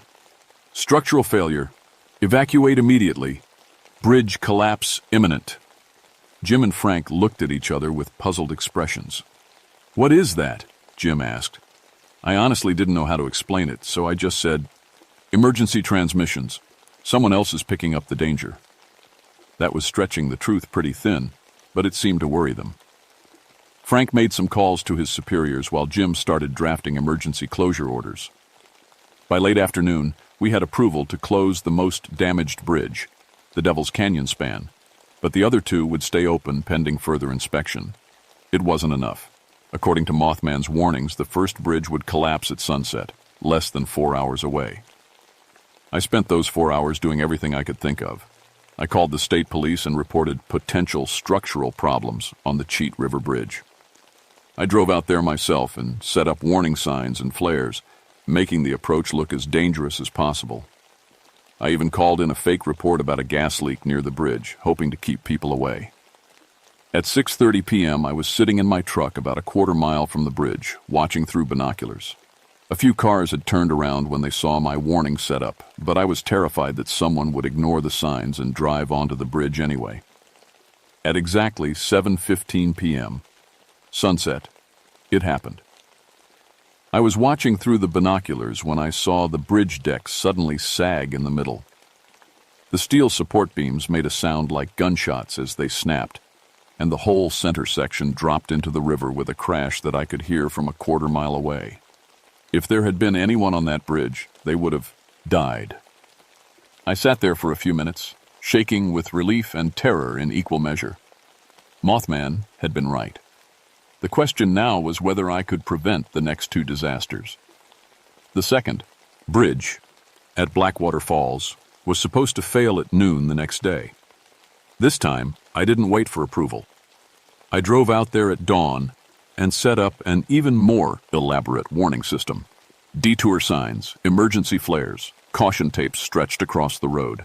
I even called in another fake emergency report, this time claiming there was an active wasp nest under the bridge. At 11:45 a.m., I was hiding in the woods near the bridge when I saw them. A family with 3 kids, trying to move my barriers so they could get to the waterfall viewing area. I ran out of the woods, yelling at them to get back. "The bridge is unsafe. It's about to collapse." The father, a big guy in a flannel shirt, looked annoyed. "Says who? These barriers weren't here yesterday." "Says me, and I'm a forest ranger. That bridge is going to fall down any minute now." The mother was already herding the kids back toward their car, but the father stood his ground. "You can't just block off public areas without proper notification. I've got rights." "You'll have the right to be dead if you step on that bridge," I told him. "Please, just trust me. Give me 15 minutes, and if nothing happens, you can file a complaint with my supervisor." Something in my voice must have convinced him, because he nodded reluctantly and walked back to his family. They got in their car and drove away just as my watch hit noon. At 12:03 p.m., the Blackwater Falls Bridge collapsed into the gorge with a roar like thunder. 2 down, 1 to go. The Devil's Canyon Bridge was scheduled to fail at dawn the next morning. This was the most remote of the 3, but according to Mothman's vision, there would be school children there when it fell. That seemed impossible. What would a school group be doing in such a remote area so early in the morning? I called every school district within 50 miles, asking about field trips. On my 10-to of call, I hit pay dirt. Washington Elementary was taking their 5th grade class on a dawn nature walk to see deer and other wildlife. They were planning to cross Devil's Canyon Bridge at 6 o'clock a.m. sharp. The teacher, Mrs. Patterson, was polite but firm when I tried to warn her. "We've had this trip planned for months, Ranger Galloway. The children are so excited. Unless there's an official closure order, we're going through with it." There was no time to get official approval. I tried calling the school principal, the district superintendent, even the county sheriff. Everyone wanted documentation, official orders, proper procedures. None of them understood that those children would be standing on a bridge when it collapsed at sunrise. Finally, at 11 o'clock p.m., I made the hardest decision of my life. I drove out to Devil's Canyon with a toolbox, a crowbar, and a heavy heart. I didn't want to damage the bridge myself. That felt too much like sabotage, like I'd be causing the disaster instead of preventing it. But I could make sure that nobody would want to cross it in the morning. I removed several deck boards near the middle of the span, creating gaps too wide to walk across. I loosened bolts on the railings so they'd wobble at the slightest touch. I hung warning tape and danger signs from every available surface. When Mrs. Patterson's class arrived at 5:45 a.m., they took one look at the bridge and decided their dawn nature walk could happen on the other side of the canyon. At exactly 6 o'clock a.m., as the first rays of sunlight touched the bridge, the entire structure collapsed with a roar that echoed off the canyon walls for almost 30 seconds. 23 fifth graders and their teacher were standing safely on solid ground, watching in amazement as the bridge they'd been planning to cross disappeared into the depths of Devil's Canyon. The official investigation into the simultaneous bridge failures lasted 3 months. Engineers from the State Transportation Department concluded that an unusually severe winter followed by rapid spring flooding had created unprecedented stress conditions that led to the catastrophic collapses. My role in preventing casualties was officially recognized. I received commendations for exceptional vigilance and quick thinking in identifying structural hazards. The fact that I'd somehow predicted the exact timing of each collapse was quietly overlooked.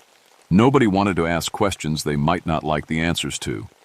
Frank Morrison never questioned why I'd been so certain about the bridge failures, but I noticed he started approving my safety recommendations a lot faster after that.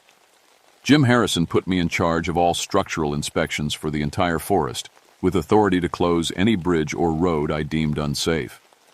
The story made national news for a few days. Forest Rangers' intuition saves dozens of lives. but it faded quickly when no one could explain how I'd known when the bridges would fail. I preferred it that way. But the story wasn't really over. 3 weeks after the last bridge collapse, I was doing a routine patrol near Devil's Canyon when I saw the Mothman again. This time, it didn't hide or appear only in photographs.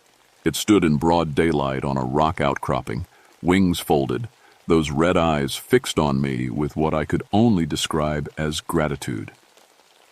"You listened," the voice said in my mind. "You acted. No one died." "Why me?" I asked aloud, knowing somehow that it could hear me. "Why did you choose me to warn?" "Because you survived the Silver Bridge. Because you understand that some warnings must be heeded, even when they cannot be explained. Because you were willing to risk your reputation to save lives." The creature spread its wings, and I could see how magnificent and terrible it truly was. Not evil, I understood that now, but something from outside our normal world, carrying knowledge that came at a cost. "Other warnings will come," it told me, as other disasters approach. "Will you listen again?"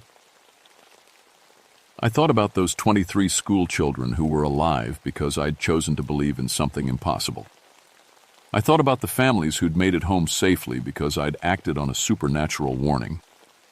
"Yes," I said, "I'll listen." The Mothman nodded once, a strangely human gesture from such an inhuman creature. Then it leaped into the air and disappeared among the canyon shadows. That was 30 years ago. I'm retired now, but I still live near the forest, and I still get the warnings. Not often, maybe once or twice a year, but when they come, I act on them. A mudslide that would have buried a campground, a tree about to fall across a busy hiking trail, a flash flood that would have caught a group of kayakers. People think I'm just good at my job, that I have some kind of natural instinct for spotting danger. They don't need to know the truth, they just need to be safe. Sometimes, late at night when the wind is right, I can hear the Mothman's wings overhead, still watching, still warning, still trying to prevent the tragedies it sees coming. And I sleep better knowing that someone, or something, is looking out for us, even if most people will never know it's there. The Silver Bridge collapse taught me that ignoring warnings can cost lives. The forest bridges taught me that some warnings come from places we don't understand, and that's okay. What matters isn't where the warning comes from. It's whether we're brave enough to listen. I've been listening for 30 years now, and I'll keep listening until the day I die. Because somewhere out there, in the shadows between what we know and what we fear, the Mothman is still watching over us. And sometimes, if we're very lucky, it finds someone willing to hear its warnings and act on them, no matter how impossible they might seem. That's my story. That's the truth. And if you ever see something with glowing red eyes and wings like shadows, don't run away. Listen to what it's trying to tell you. Your life might depend on it.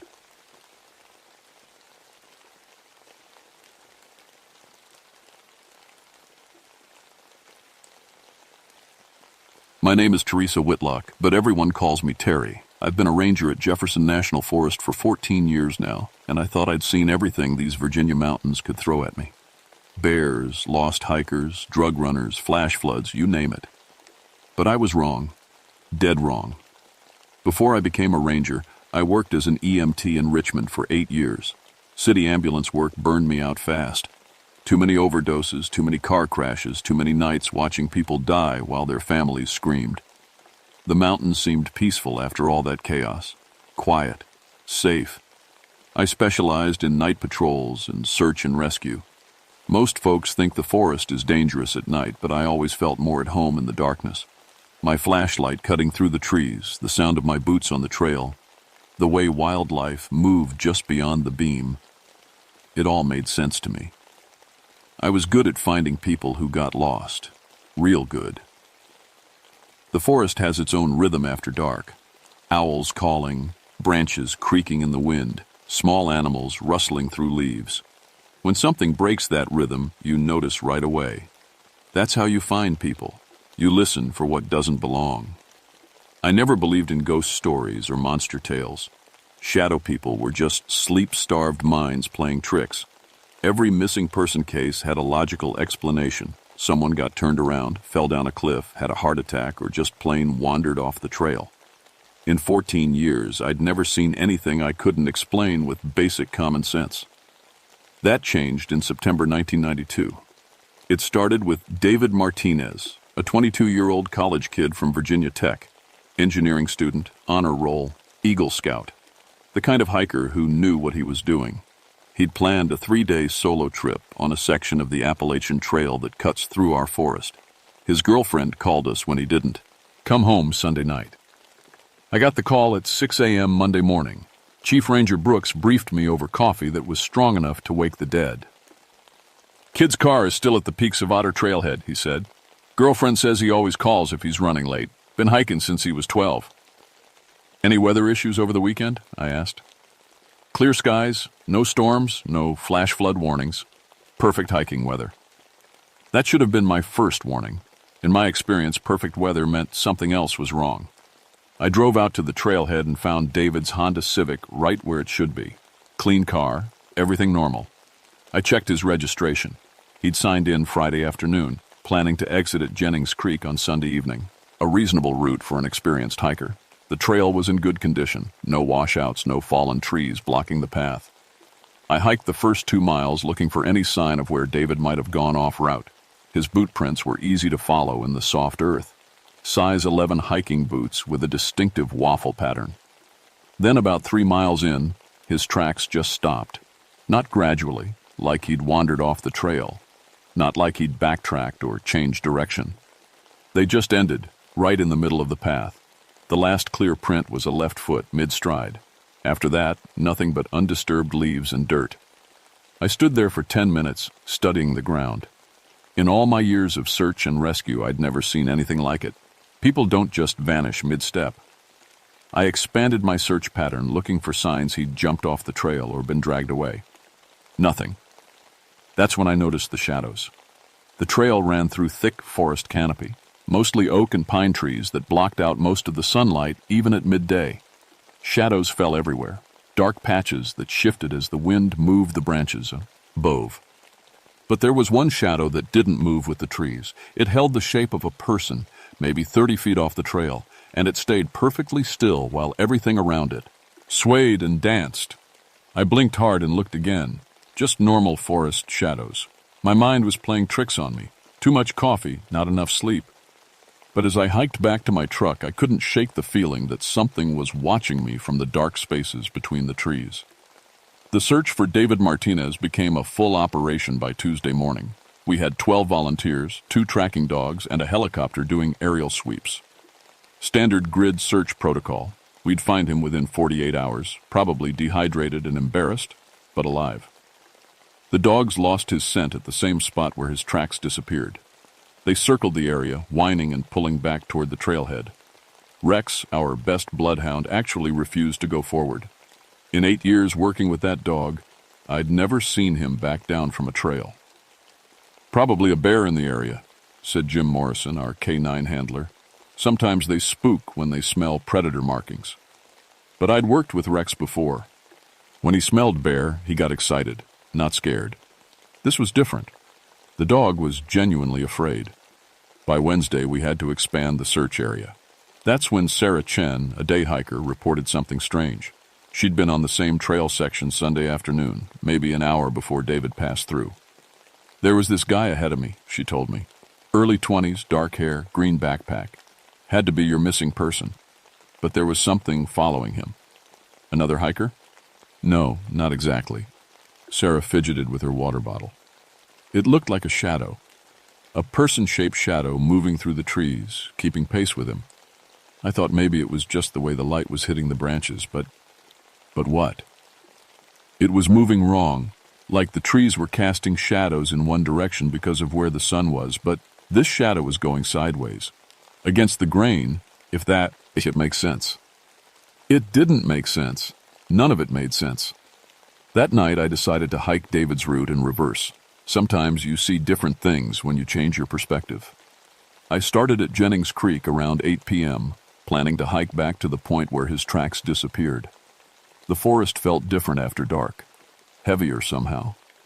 My flashlight beam seemed weaker than usual, like the darkness was pushing back against it. Every sound was too loud, my footsteps, my breathing, the rustle of my jacket against my pack. About an hour in, I started hearing footsteps behind me. I stopped. The footsteps stopped. I walked. They walked. I spun around, shining my light back down the trail. Nothing but empty path and tree shadows dancing in the beam. "Hello?" I called out. "Forest Service, is someone there?" No answer. But I could feel eyes watching me from somewhere beyond my light. I kept walking, but the feeling got stronger.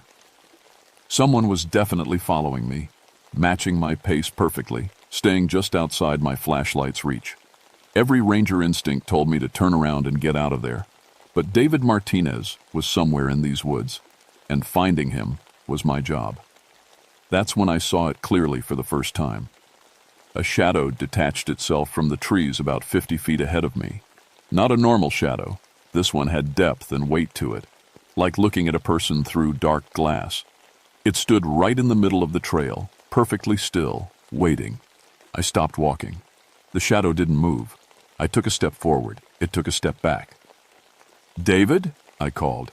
"David Martinez?" The shadow tilted its head, like it was listening.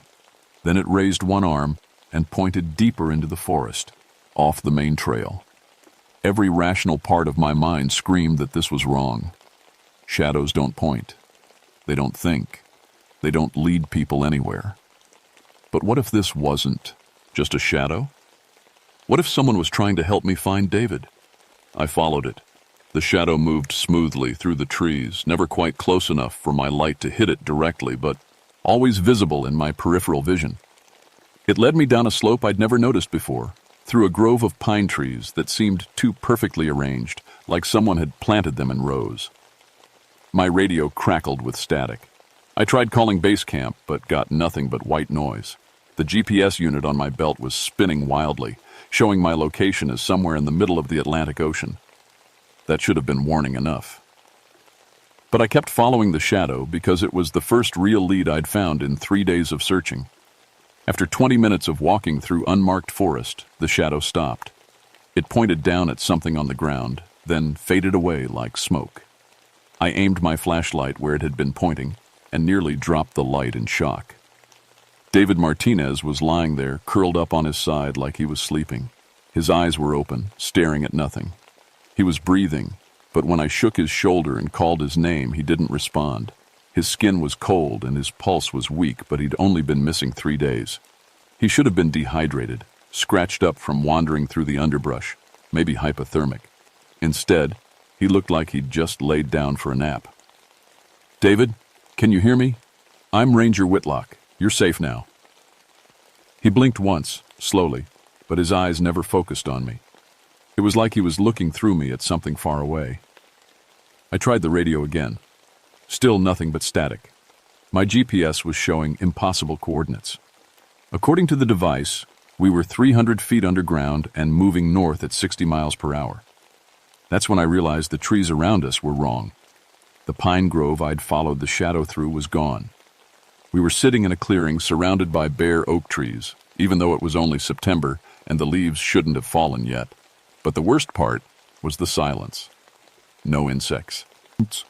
No night birds. No wind in the branches. The kind of absolute quiet that makes your ears ring and your heart pound. I picked up David in a fireman's carry and started walking back the way I'd come. At least the way I thought I'd come. But every direction looked the same. Dead trees and patches of shadow that seemed to shift when I wasn't looking directly at them. We weren't lost. We were somewhere else entirely. Carrying David through that nightmare forest was like trying to navigate through hell itself. Every shadow seemed to move just outside my flashlight beam. The dead trees creaked and swayed even though there was no wind. And worst of all, I could hear footsteps keeping pace with us. Sometimes behind, sometimes to the side, sometimes circling around ahead. David was no help. He stayed conscious but completely unresponsive, like his mind was somewhere else. His body was there, but the person inside was gone, just breathing meat draped over my shoulders. I tried to retrace our path, but nothing looked familiar. The landscape kept changing when I wasn't paying attention. A fallen log would appear where empty ground had been a minute before. A stream would start babbling somewhere to my left, then vanish when I turned to look. My radio was dead. My GPS showed we were now apparently located in downtown Richmond, moving at impossible speeds. Even my compass was spinning like a broken toy. After an hour of stumbling through the dark, I found what looked like a trail. Not the Appalachian Trail. This path was too narrow, cutting through the trees in strange curves that hurt your eyes to follow. But it was better than wandering blind through the forest. The trail led us to a clearing where I found something that made my blood freeze. 3 backpacks were arranged in a perfect triangle around a cold fire pit. I recognized one immediately. It was David's Green Nort H facepack. The other 2 were older, weathered by months of rain and sun. I checked the name tags with my flashlight. Jennifer Walsh, reported missing 6 months ago. Marcus Thompson, vanished 4 months back. Both had disappeared on solo hiking trips in Jefferson National Forest. Both had been experienced hikers who knew the trails better than most rangers. Both had simply walked into the woods and never walked out. I was starting to understand that David wasn't the first. He was just the latest. That's when the shadows came back. They emerged from the tree line slowly, one at a time, until I counted at least a dozen human-shaped silhouettes surrounding our clearing. They didn't move like normal shadows. These things had weight and presence, like they were casting themselves instead of being cast by something else. I set David down against a tree and pulled out my service weapon, a .40 caliber Smith Wesson that had never failed me before. Fat lot of good it would do against shadows, but holding it made me feel slightly less helpless. "Stay back," I shouted. "Forest Service, this is federal land." The shadows didn't care about my authority. They began moving closer, gliding across the ground without disturbing the leaves beneath them. Up close, I could see they weren't completely flat. They had a kind of depth, like looking at smoke trapped behind glass. And while they didn't have faces, I could feel them watching me. One of them reached out with an arm-shaped appendage and touched my flashlight. The beam flickered and dimmed to almost nothing. Another touched my radio, and it crumbled to pieces like it was made of rust. They were draining the power from everything electronic. My GPS died next, then my digital watch. Even the battery-powered lantern in my pack went dark. But they weren't just affecting machines. I could feel them pulling at something inside me, too.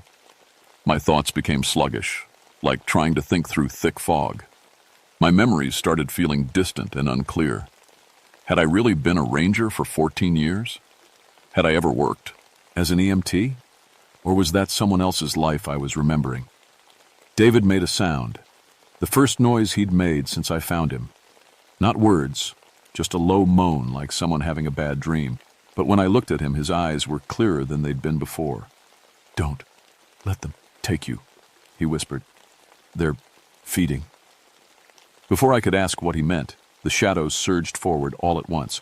I ran. Abandoning David went against everything I'd been trained to do, but staying would have meant losing both of us.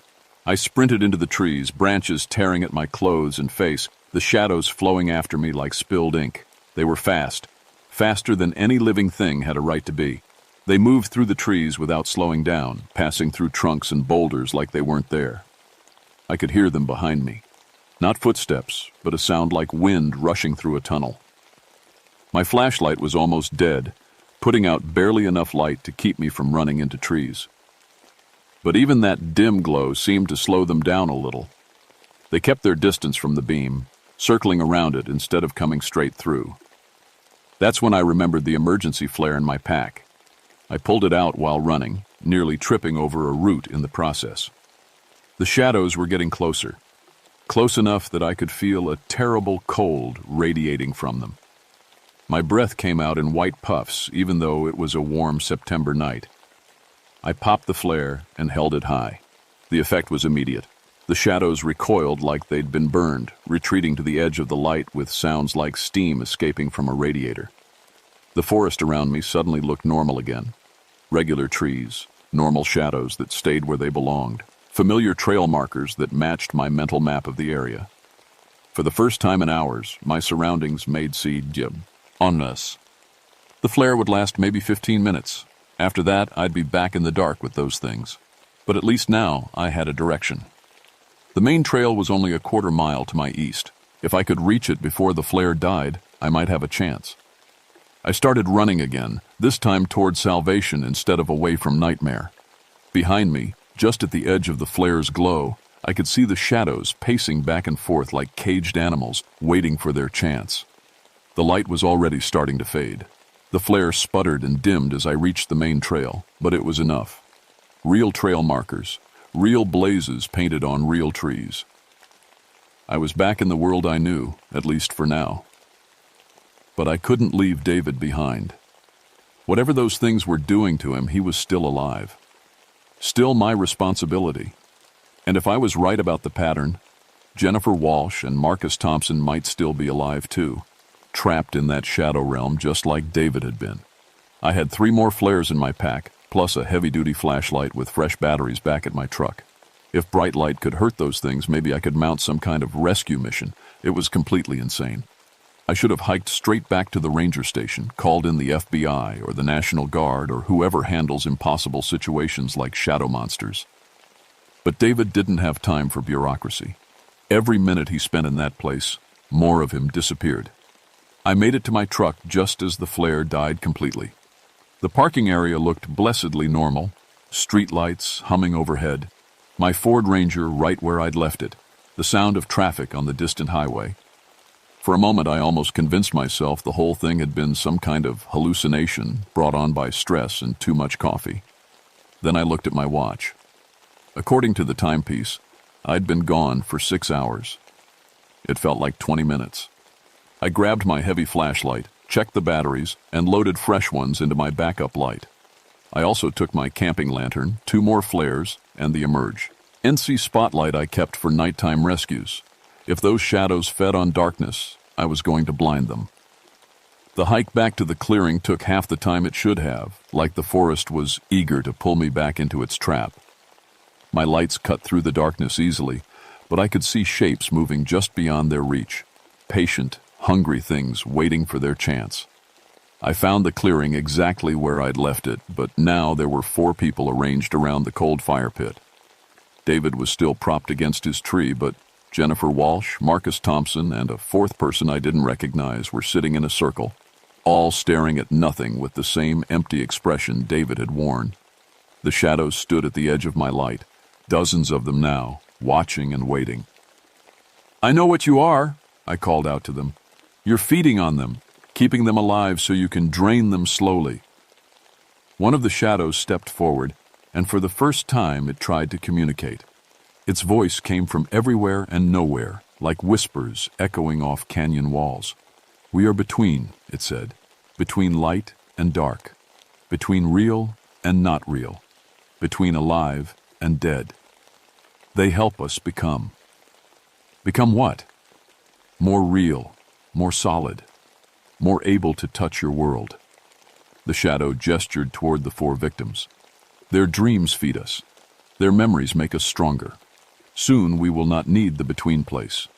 We will walk in your light." That's when I understood. These weren't just predators hunting for food. They were trying to cross over into our reality permanently.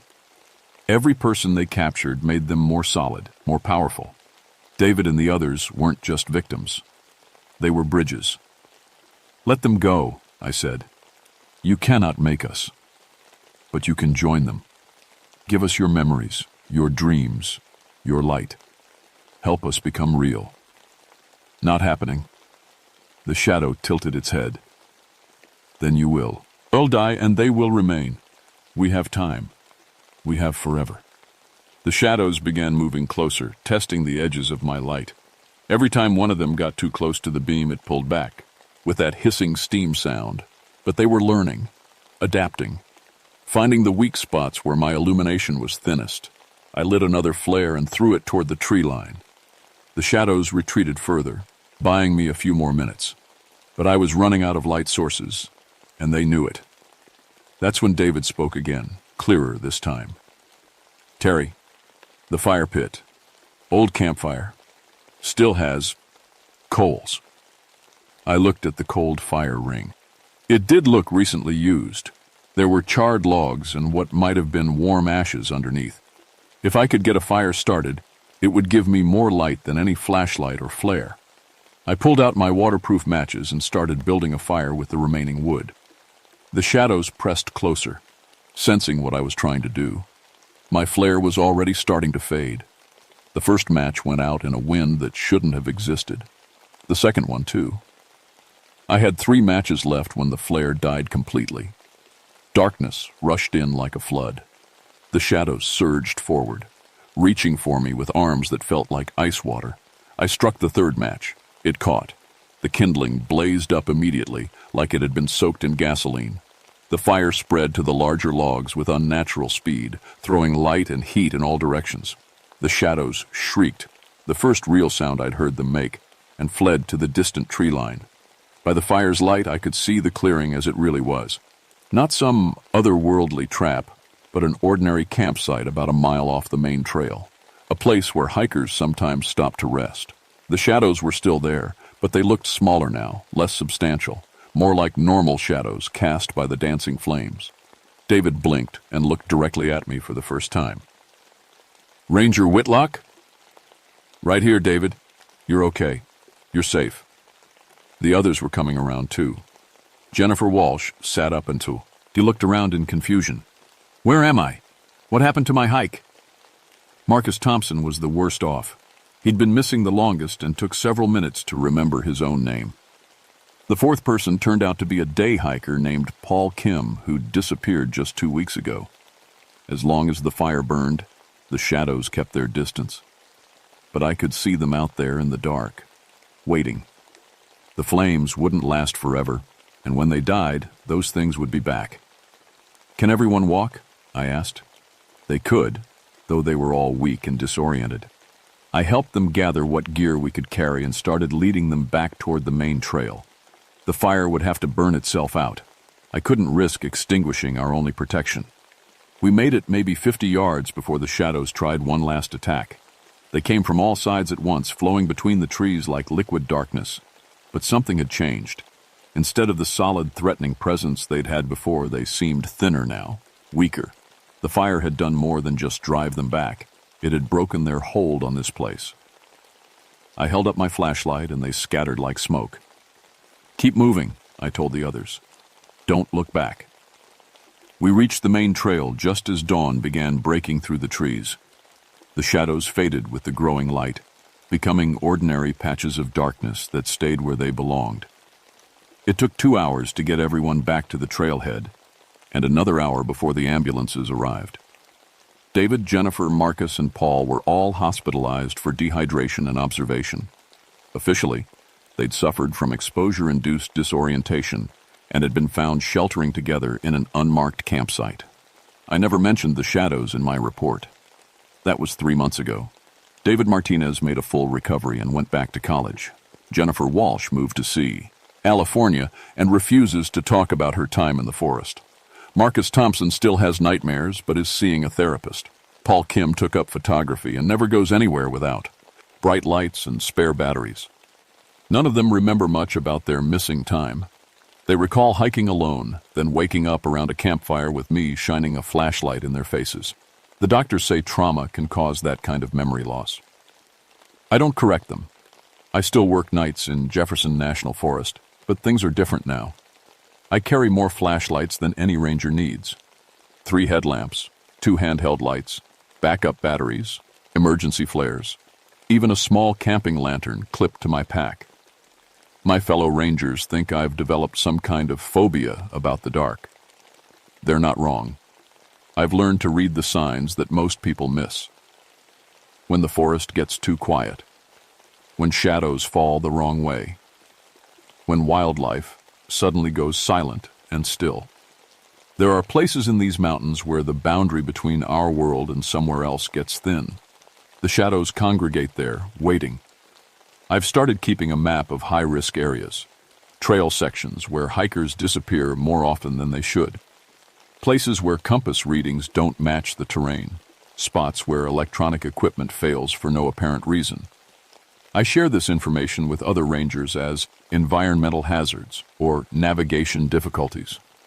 Most of them think I'm being overly cautious, but disappearances in Jefferson National Forest have dropped by 60% since I started warning people away from those areas. I've also noticed that the shadows are changing. They're not as bold as they used to be, not as solid. The fire that night didn't just drive them away, it weakened them somehow. They're still out there, but they're more careful now, more afraid. Which makes me wonder, if 4 missing hikers could make them stronger, what did rescuing those same 4 people do to them? Last week, I got a call from a ranger in Shenandoah National Park. They've had 3 unexp's, lane disappearances in the past month, all experienced hikers who vanished during daylight hours. The last person to see each victim reported they were being followed by moving shadows on the trail. I'm driving up there this weekend with extra batteries and emergency flares. Because here's what I've learned about shadow people. They're not just sleep deprivation hallucinations. They're not interdimensional beings either. They're something worse. They're what happens when the darkness between worlds gets hungry enough to reach into ours. And they're spreading. My name is Teresa Whitlock, and I hunt shadows now. Not because I want to, but because someone has to. The Forest Service doesn't have a protocol for supernatural predators, so I've had to write my own. Rule 1. Always carry more light than you think you need. Rule 2. Trust your instincts when the forest feels wrong. Rule 3. Never hike alone in areas where shadows don't behave normally. Rule 4. If you find someone who's been missing for days, but looks like they just laid down for a nap, get them to bright light immediately and don't let them out of your sight until they can tell you their own name. Rule 5. Fire works better than flashlights, but any light is better than none. Rule 6. They're not invincible. They can be fought. They can be weakened. And Rule 7. They remember the people who fight back. I still love these mountains. I still believe in protecting the people who come here to find peace and beauty and connection with nature. But now I know that nature includes things we were never meant to understand, and some of them see us as food. The shadows know my name now. Sometimes I catch them following me on patrol, keeping just outside my lights, watching and learning. They're patient, they're smart, and they're waiting for me to make a mistake. But I've got news for them. I used to work as an EMT in Richmond. I've seen what real monsters look like, and they wear human faces. A bunch of hungry shadows don't scare me nearly as much as they think they do. Besides, I've got 14 years of experience finding people in these woods. Now I'm learning how to make sure they stay found.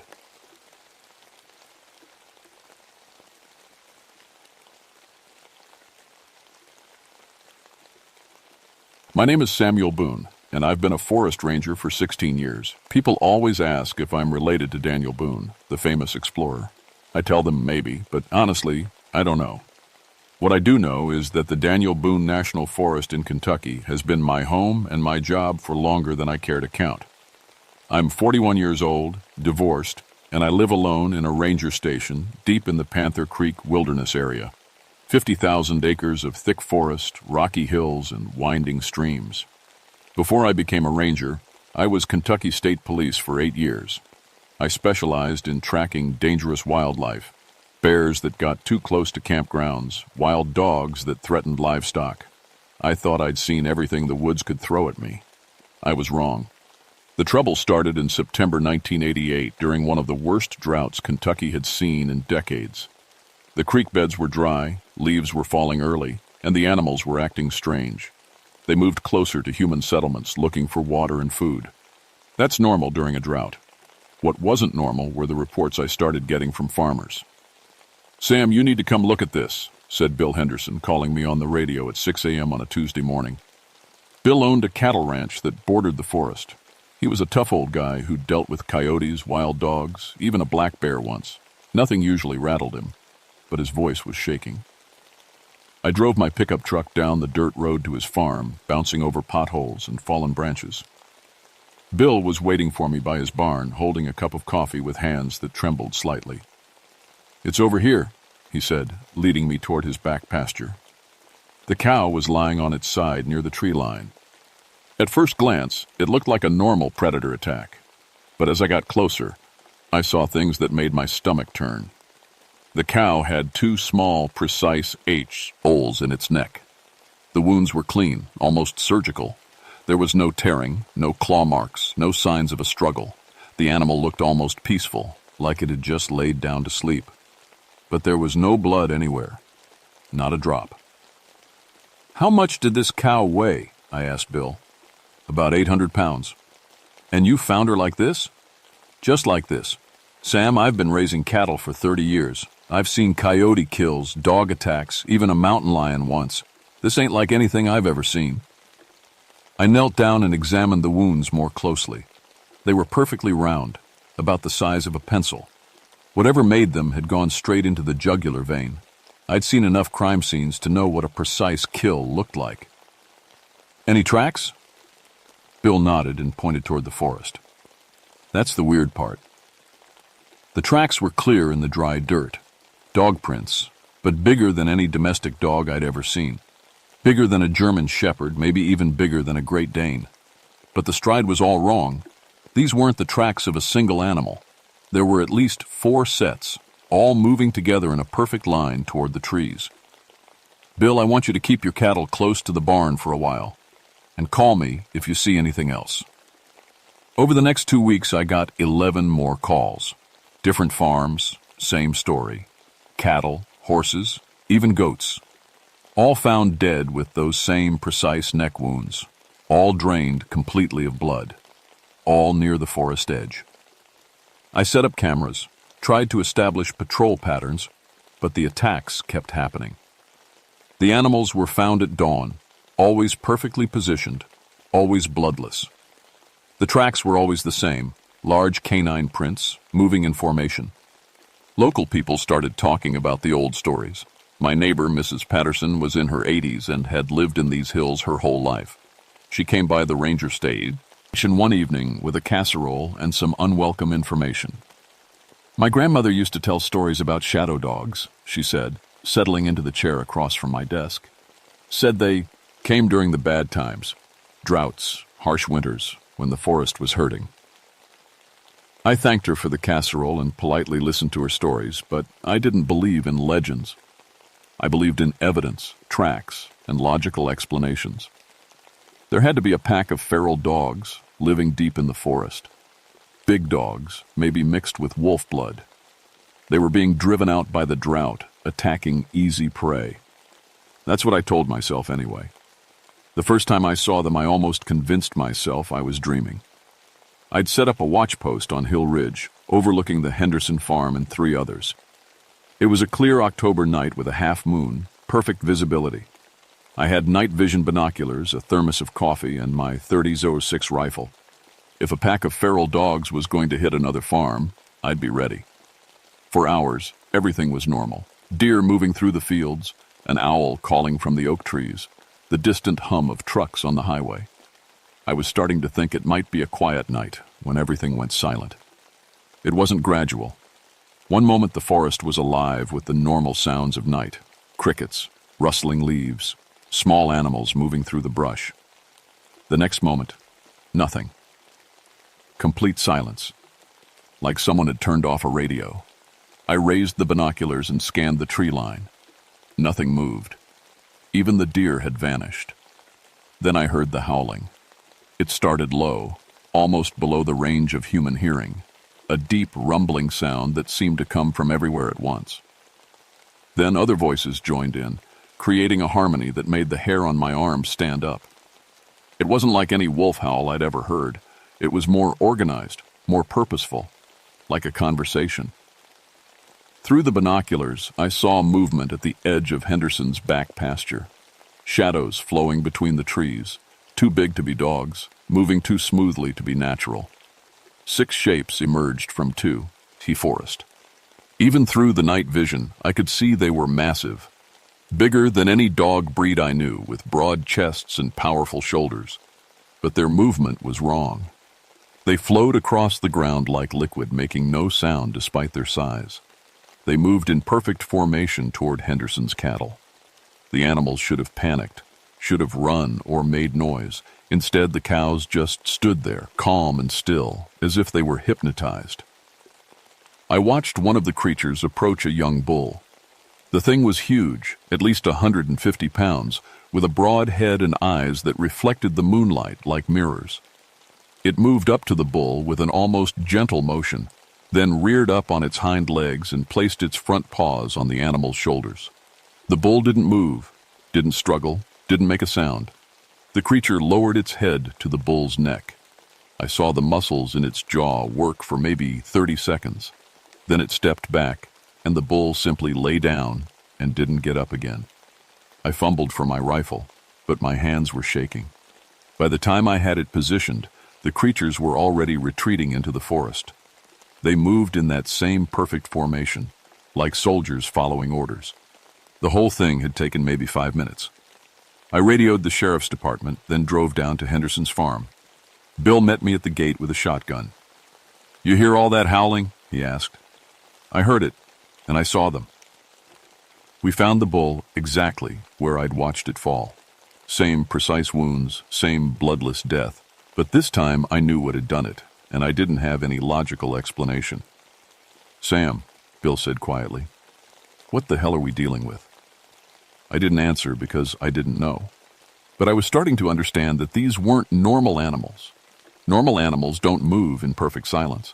Normal animals don't coordinate attacks like military units. And normal animals don't hypnotize their prey. The next morning, I called the Kentucky Fish and Wildlife Department. I spoke to Regional Supervisor Janet Morrison, a no-nonsense woman who'd been dealing with problem wildlife for 20 years. "Sam, you're describing a pack of large feral dogs," she said. "Probably mixed breed, maybe some wolf genetics. The drought is driving them out of their normal territory." "Janet, these things are bigger than wolves, and they move like nothing I've ever seen. Stress and night conditions can make animals appear larger than they are. Set up some trail cameras, get some clear photos, and we'll send a team to help you track them down." I set up 12 trail cameras around the most likely attack sites. Motion activated, infrared, the works. If these creatures came back, I'd have proof. They came back 3 nights later. The cameras caught them perfectly. Clear, detailed photos of 6 massive canines moving through the forest. But something was wrong with every single image. The creatures appeared to be slightly transparent, like double-exposed film. Their eyes glowed with an inner light that no normal animal's eyes should have. And in several photos, they seemed to be looking directly at the cameras, as if they knew they were being watched. The strangest part was the last photo on each camera. All 12 cameras stopped working at exactly the same time, 3:17 a.m. The final image on each one showed the same thing, one of the creatures standing directly in front of the lens, its glowing eyes filling the frame. When I developed the photos and showed them to Janet, she was quiet for a long time.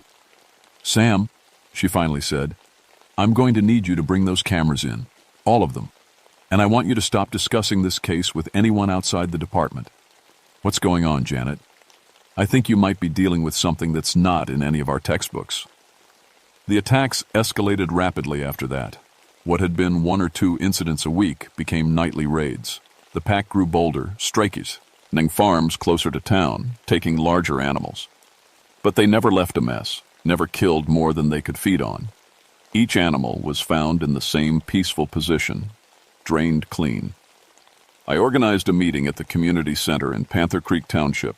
37 farmers and ranchers showed up, along with Sheriff Tom Bradley and 2 of his deputies. I spread out maps of the attack sites and explained the pattern I'd identified. "They're working in a 5-mile radius," I said, pointing to the red pins I'd stuck in the map. "Each attack happens near forest access, always at night, always between midnight and dawn." "What exactly are we dealing with, Sam?" asked Mary Sullivan, who raised horses on the north side of the creek. I looked around the room at faces I'd known for years. Good people, practical people who dealt with the realities of rural life every day. How could I tell them I believed we were being hunted by something supernatural? "I think we're dealing with a pack of extremely large, extremely intelligent feral dogs," I said carefully. "They've learned to hunt together, and they're using the drought to their advantage. Old Pete Marshall raised his hand. Pete was 73 years old and had lived in these hills longer than anyone. My daddy used to talk about something like this, Pete said. Called them shadow dogs. Said they showed up every 20, 30 years when the forest was under stress. Said they weren't exactly natural.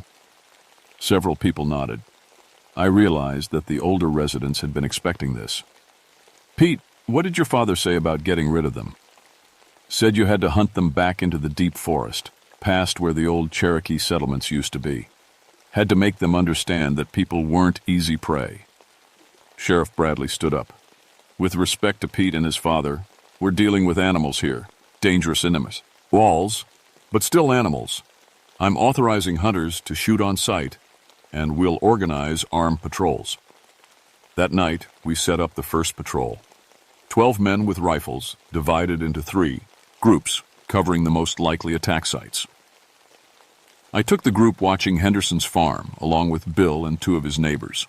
We settled into position just after sunset. The plan was simple. If the pack showed up, we'd use spotlights to blind them and take them down with concentrated rifle fire. The pack had other ideas. They came at us from 3 directions simultaneously. Not toward the cattle, toward us. The first sign was that oppressive silence falling over everything. Then the howling started, but this time it was different. Aggressive. Challenging. There, Bill whispered, pointing toward the tree line. I raised my binoculars and felt my blood turn cold. The pack was spread out in a wide semicircle, maybe 200 yards away. But they weren't trying to hide.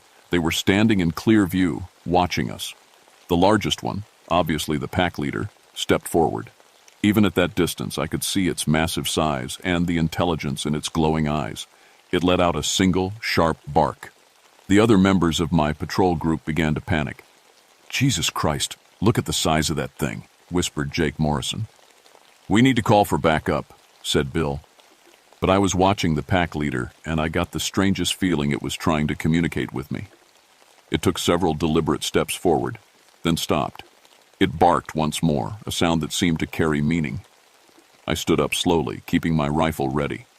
The pack leader tilted its massive head, studying me. Then it turned and trotted toward Henderson's cattle. The rest of the pack followed in formation. They're ignoring us, Bill said in amazement. We watched them take down 2 steers with the same efficient, almost gentle method I'd observed before. They fed quickly, then retreated toward the forest. But just before disappearing into the trees, the pack leader turned back and looked directly at me. The message was clear. We can kill your animals anytime we want. Your guns don't scare us. Over the next week, the patrols became a joke. The pack would show up, acknowledge our presence with what I could only interpret as amusement, then proceed with their hunting. They never attacked us directly, but they made it clear we were irrelevant to their plans. The psychological effect on the community was devastating. People stopped going out after dark. Parents drove their children to school instead of letting them walk. Several families packed up and went to stay with relatives in town. But the pack wasn't satisfied with terrorizing livestock anymore. They began stalking human beings. The first incident happened to Jenny Patterson, Mrs. Patterson's granddaughter.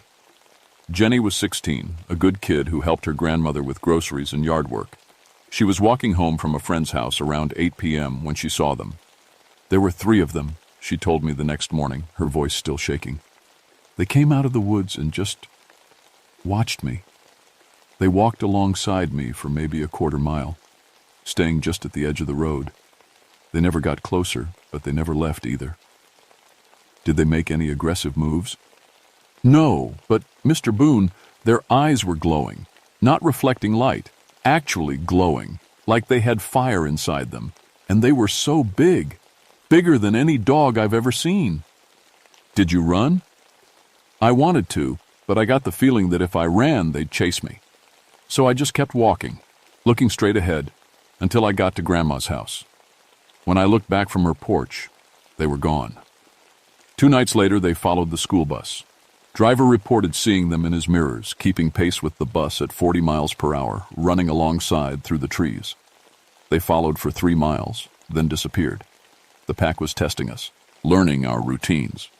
our weaknesses, and I was starting to understand that they weren't just hunting for food anymore. They were establishing dominance, claiming territory. The breaking point came on October 23rd during the full moon. The pack hit 5 farms simultaneously, killing 12 animals in coordinated strikes across the entire township. But the attacks weren't random.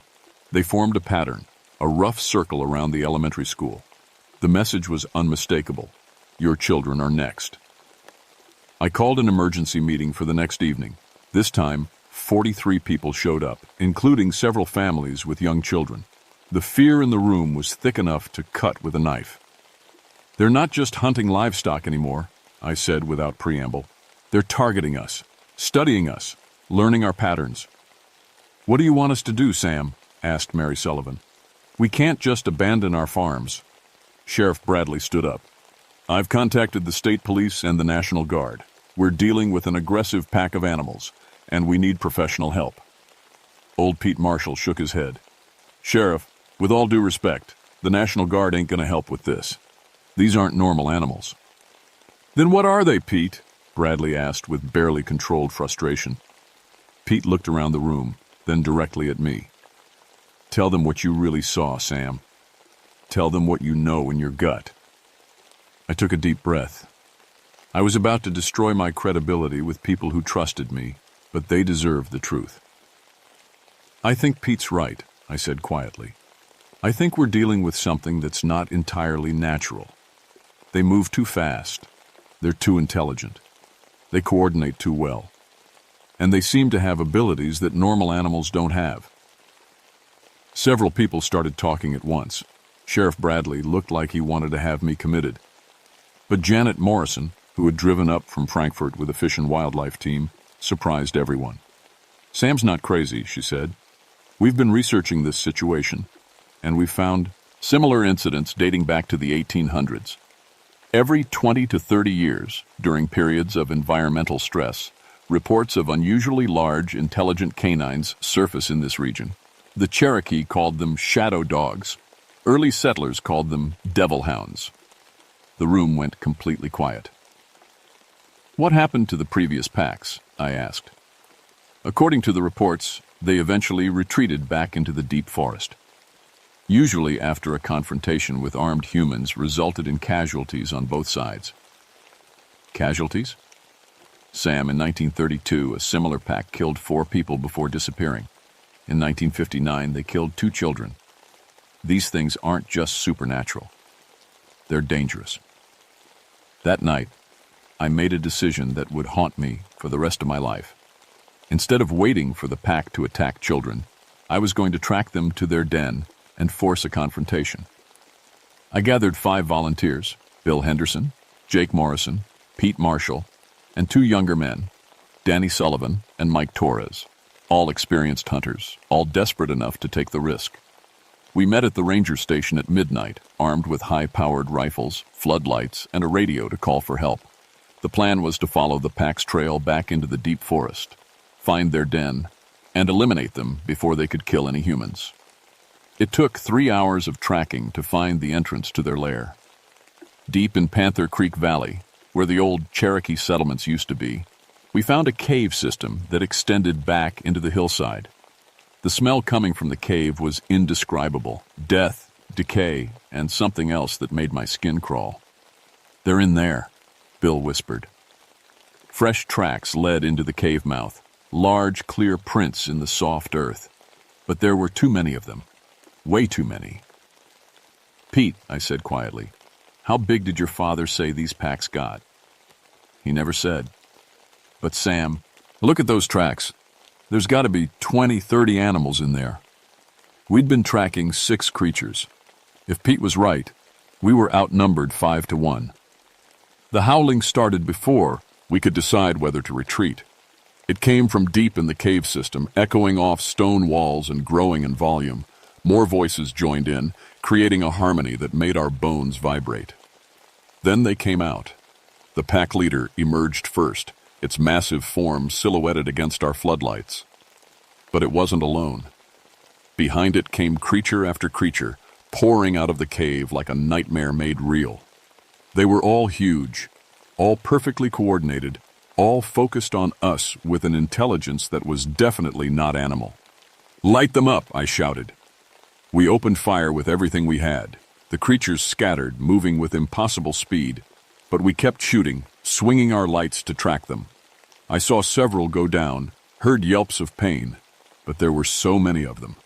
The pack leader let out a roar that was part howl, part scream. It charged directly at me, moving faster than any living thing should be able to move. I got off 2 shots before it hit me, sending me flying backward into a tree. The world went dark for a moment.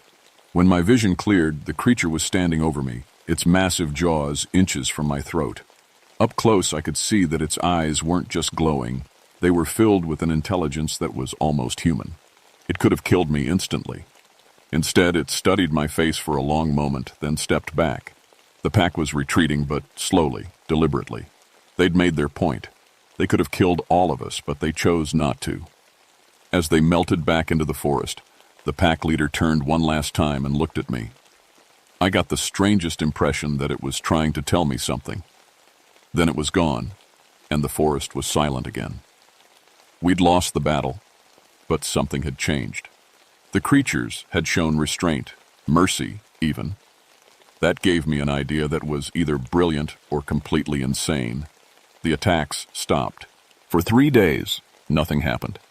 No livestock kills, no stalking incidents, no howling in the night. The pack had simply vanished, as if they'd never existed. But I knew they were still out there, watching, waiting for our next move. On the 4th night, I made the craziest decision of my life. I drove out to Henderson's farm, parked at the edge of the forest, and waited alone. No weapons, no backup, no lights. Just me and whatever was living in those woods. The pack leader came alone. It emerged from the trees just after midnight, moving with that same fluid grace I'd come to recognize. It approached to within 20 feet of where I sat on the tailgate of my truck, then stopped and studied me. "I know you can understand me," I said quietly. "I don't know what you are or where you come from, but you're intelligent. You're not just animals." The creature tilted its massive head, listening.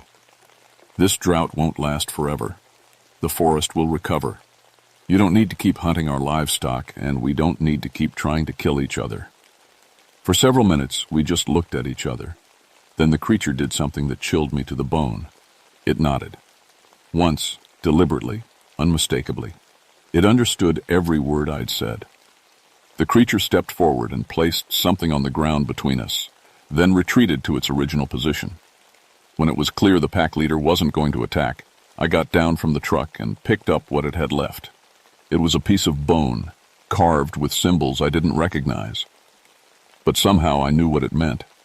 It was an agreement, a treaty. The attack stopped completely after that night. The pack retreated into the deep forest, back to wherever they'd come from. Over the next few weeks, the drought broke, rain returned, and the forest began to recover. I filed my final report with Kentucky Fish and Wildlife, attributing the incidents to a pack of unusually large feral dogs that had been driven out by environmental pressures. The official records show that the animals were never found, presumably having moved to another region or died from starvation. Janet Morrison knew better, but she never contradicted my report. The carved bone sits on my desk at the ranger station. I've shown it to archaeologists and anthropologists, but nobody can identify the symbols. The Cherokee Nation's cultural experts say it's not from their tradition, but it's definitely very old. Every few years, usually during environmental stress periods, I hear reports of unusually large canines in the deep forest. Hikers catch glimpses of creatures that are too big to be dogs, too coordinated to be wild, but they never approach human settlements anymore. I think our treaty is holding. Pete Marshall died 2 years after the incidents, but before he passed, he gave me a journal that had belonged to his father. It contained detailed accounts of similar encounters dating back to the 1890s. According to his records, the shadow dogs appear whenever the forest ecosystem is under severe stress. They emerge, establish temporary dominance, then retreat when conditions improve. His father's theory was that they're some kind of guardian spirits, protectors of the deep wilderness. When the forest is threatened, they respond. But they're not mindlessly aggressive. They're intelligent, capable of negotiation and compromise. I'm 57 years old now, still working as a ranger in the Daniel Boone National Forest. I've trained 3 younger rangers to take over when I retire, and I've told them the real story of what happened in 1988. I've shown them the bone, the photographs, the reports. Most importantly, I've taught them to watch for the signs. Environmental stress, unusual animal behavior, reports of oversized predators. If the shadow dogs ever return, someone needs to be ready to communicate with them instead of just shooting. Because I learned something important that October night when I sat alone in the forest. The shadow dogs aren't our enemies. They're part of something larger, something older than human settlement in these mountains. They have their own rules, their own purposes, their own understanding of how the world should work. And sometimes, if you're brave enough to meet them on equal terms, they're willing to negotiate. The forest is quiet tonight. The creek is running full from recent rains. The wildlife is healthy and active, and the ecosystem is in balance.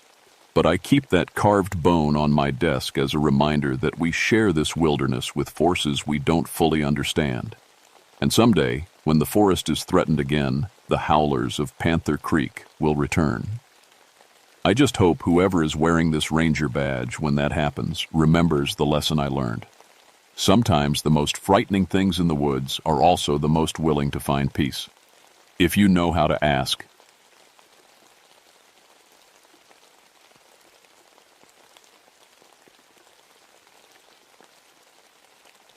My name is Jonathan Blackstone, but everyone calls me John. I've been a park ranger at Pisgah National Forest for 21 years now. At 46, I know these mountains like the back of my hand. Every trail, every cave, every creek that runs through this part of North Carolina. My great-grandmother was Cherokee. My great-grandfather came from Scotland. They met right here in these mountains back in 1903. Growing up, I heard all the old stories. Cherokee legends about giants sleeping in the mountains. Scottish tales about creatures in the deep places. I always thought they were just stories to keep children from wandering off alone. I should have listened better. I have a geology degree from UNC. That's why the Park Service put me in charge of watching the cave systems and checking for earthquake damage. I carry instruments that can tell me if the ground is moving. I map new caves when we find them. I check for rock slides and dangerous spots where hikers might get hurt.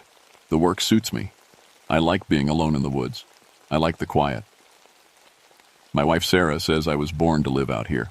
Our kids, Emma and Jake, they love coming with me on the easy trails. Emma is 12 and wants to be a park ranger too. Jake is 9 and collects rocks. Stone Mountain is my favorite spot in the whole forest. It's not the tallest peak, but it has the best views. More important for my work, it has the most caves. The Cherokee called it the place where they rest. I thought that meant dead people were buried there long ago. I was wrong about what was resting there.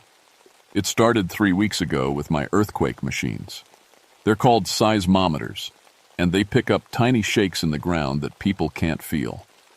Usually they show small trembles from trucks on distant highways or maybe a tree falling down.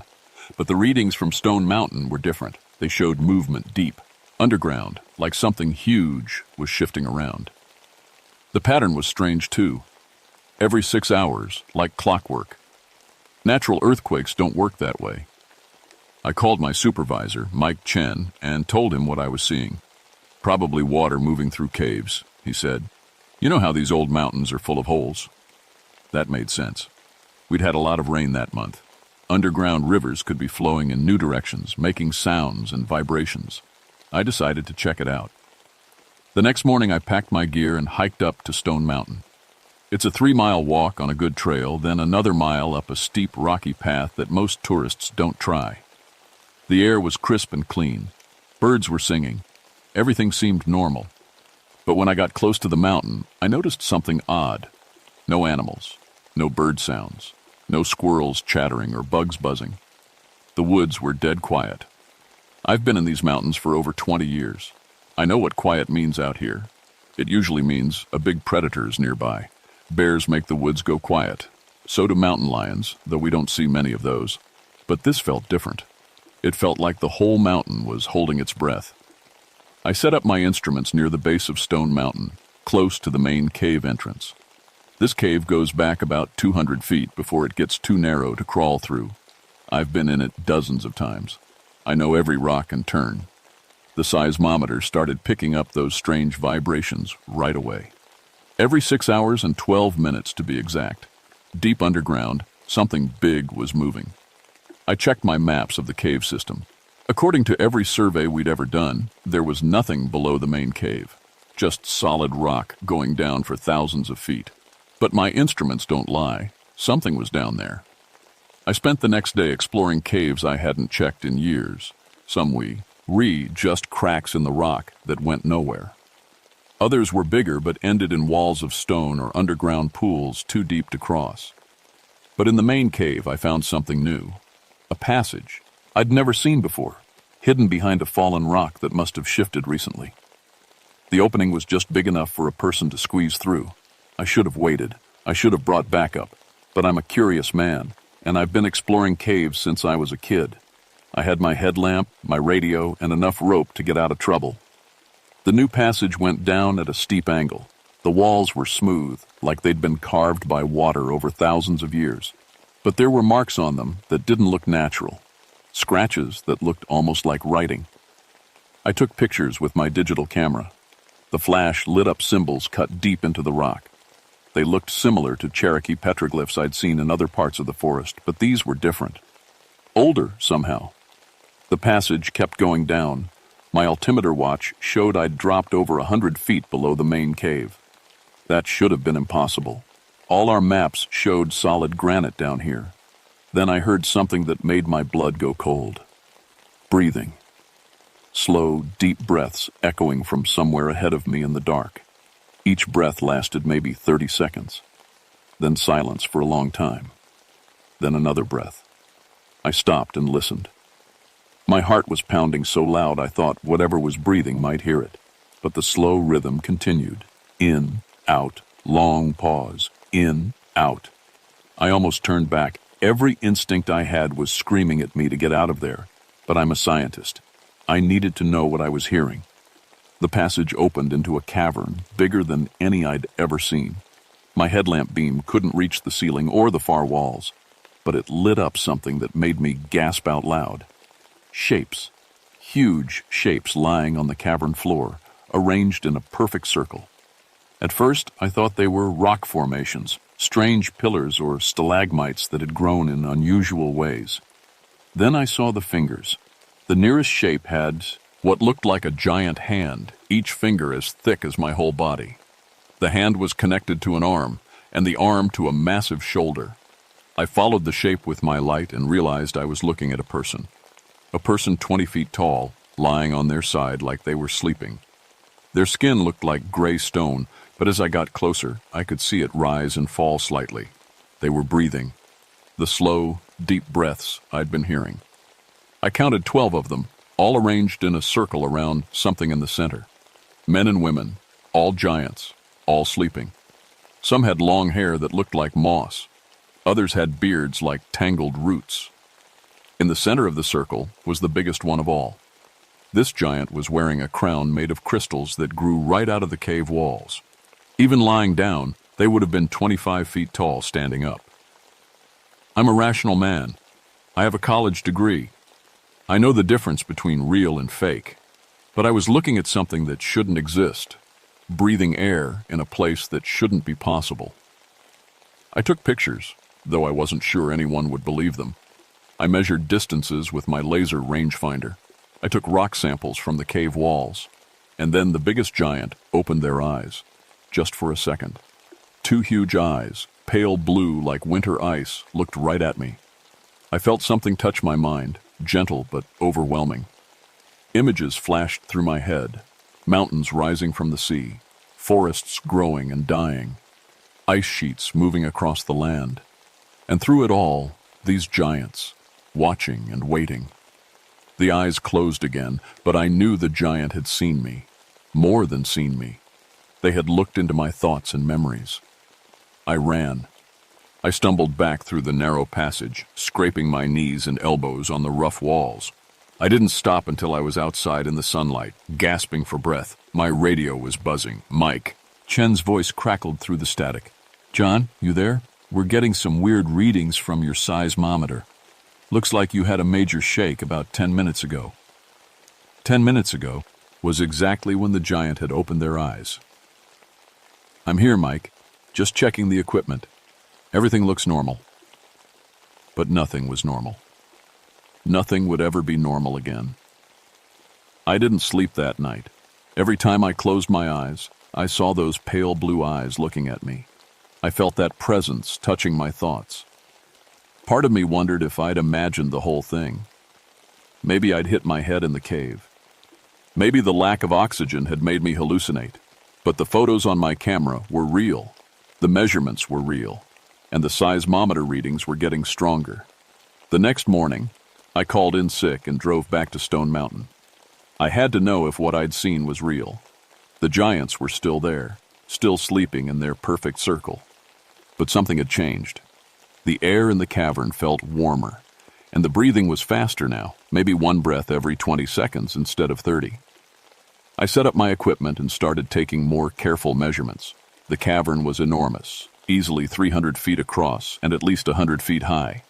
The walls were covered with those strange symbols, thousands of them, telling some kind of story I couldn't read. I was so focused on my work that I didn't notice when one of the smaller giants started to wake up. I heard a sound like grinding stone. When I looked up, one of the giants at the edge of the circle was moving, just slightly, but definitely moving. Their fingers were flexing, their eyes were moving under their eyelids like they were dreaming. Then their eyes opened. These eyes were different from the big giants. Younger, somehow, and definitely aware. The giant looked right at me and sat up slowly. Even sitting, they were 12 feet tall. They were a woman, I realized, with long hair that looked like silver moss.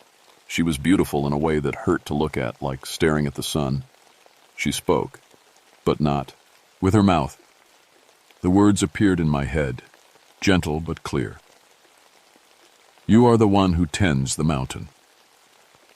I couldn't speak. I just nodded. I am Ayana. I have slept for 3,000 years. Why do I wake? Somehow I found my voice. I don't know. There's been seismic activity. The mountain is shaking. She tilted her head like she was listening to something I couldn't hear. The mountain cries out in pain. The earth movers come with their thunder tools. They will break the deep places. Earth movers? You mean construction equipment? Images flashed in my mind. I saw the mining company that had been trying to get permits to dig on the north side of Stone Mountain. They wanted to extract granite for building projects in Charlotte. The Park Service had been fighting them in court for months. If they wake the sleepers too quickly, the mountain will not survive. We will not survive, and the balance will be broken. What balance? But she was already lying back down, her eyes closing again.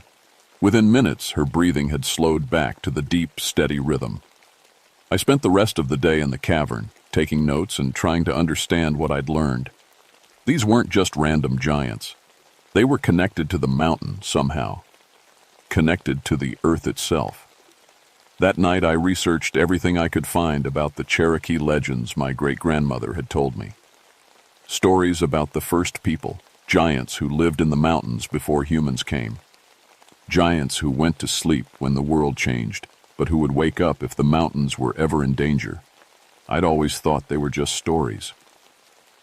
The next morning, Mike Chen called with bad news. The mining company won their appeal, John. They start blasting next Monday, right on the north face of Stone Mountain. My blood went cold. They can't do that. The environmental impact study got over. Ruled by some federal judge who thinks jobs are more important than trees. I'm sorry, John.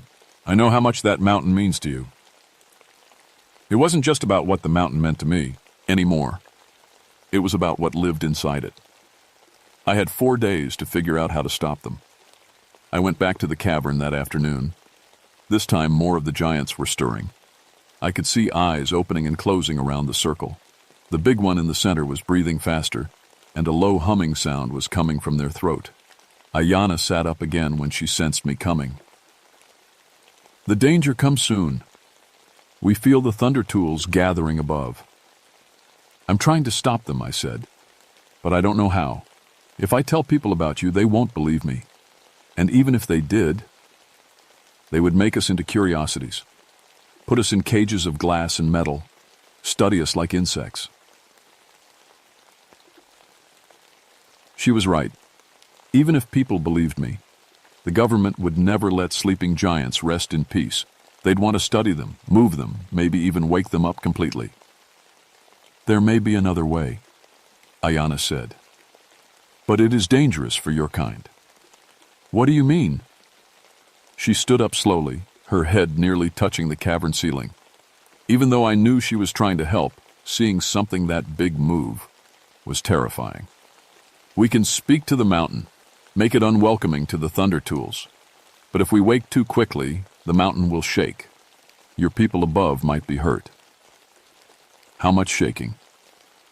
Enough to make the earth movers flee, not enough to harm those who respect the mountain.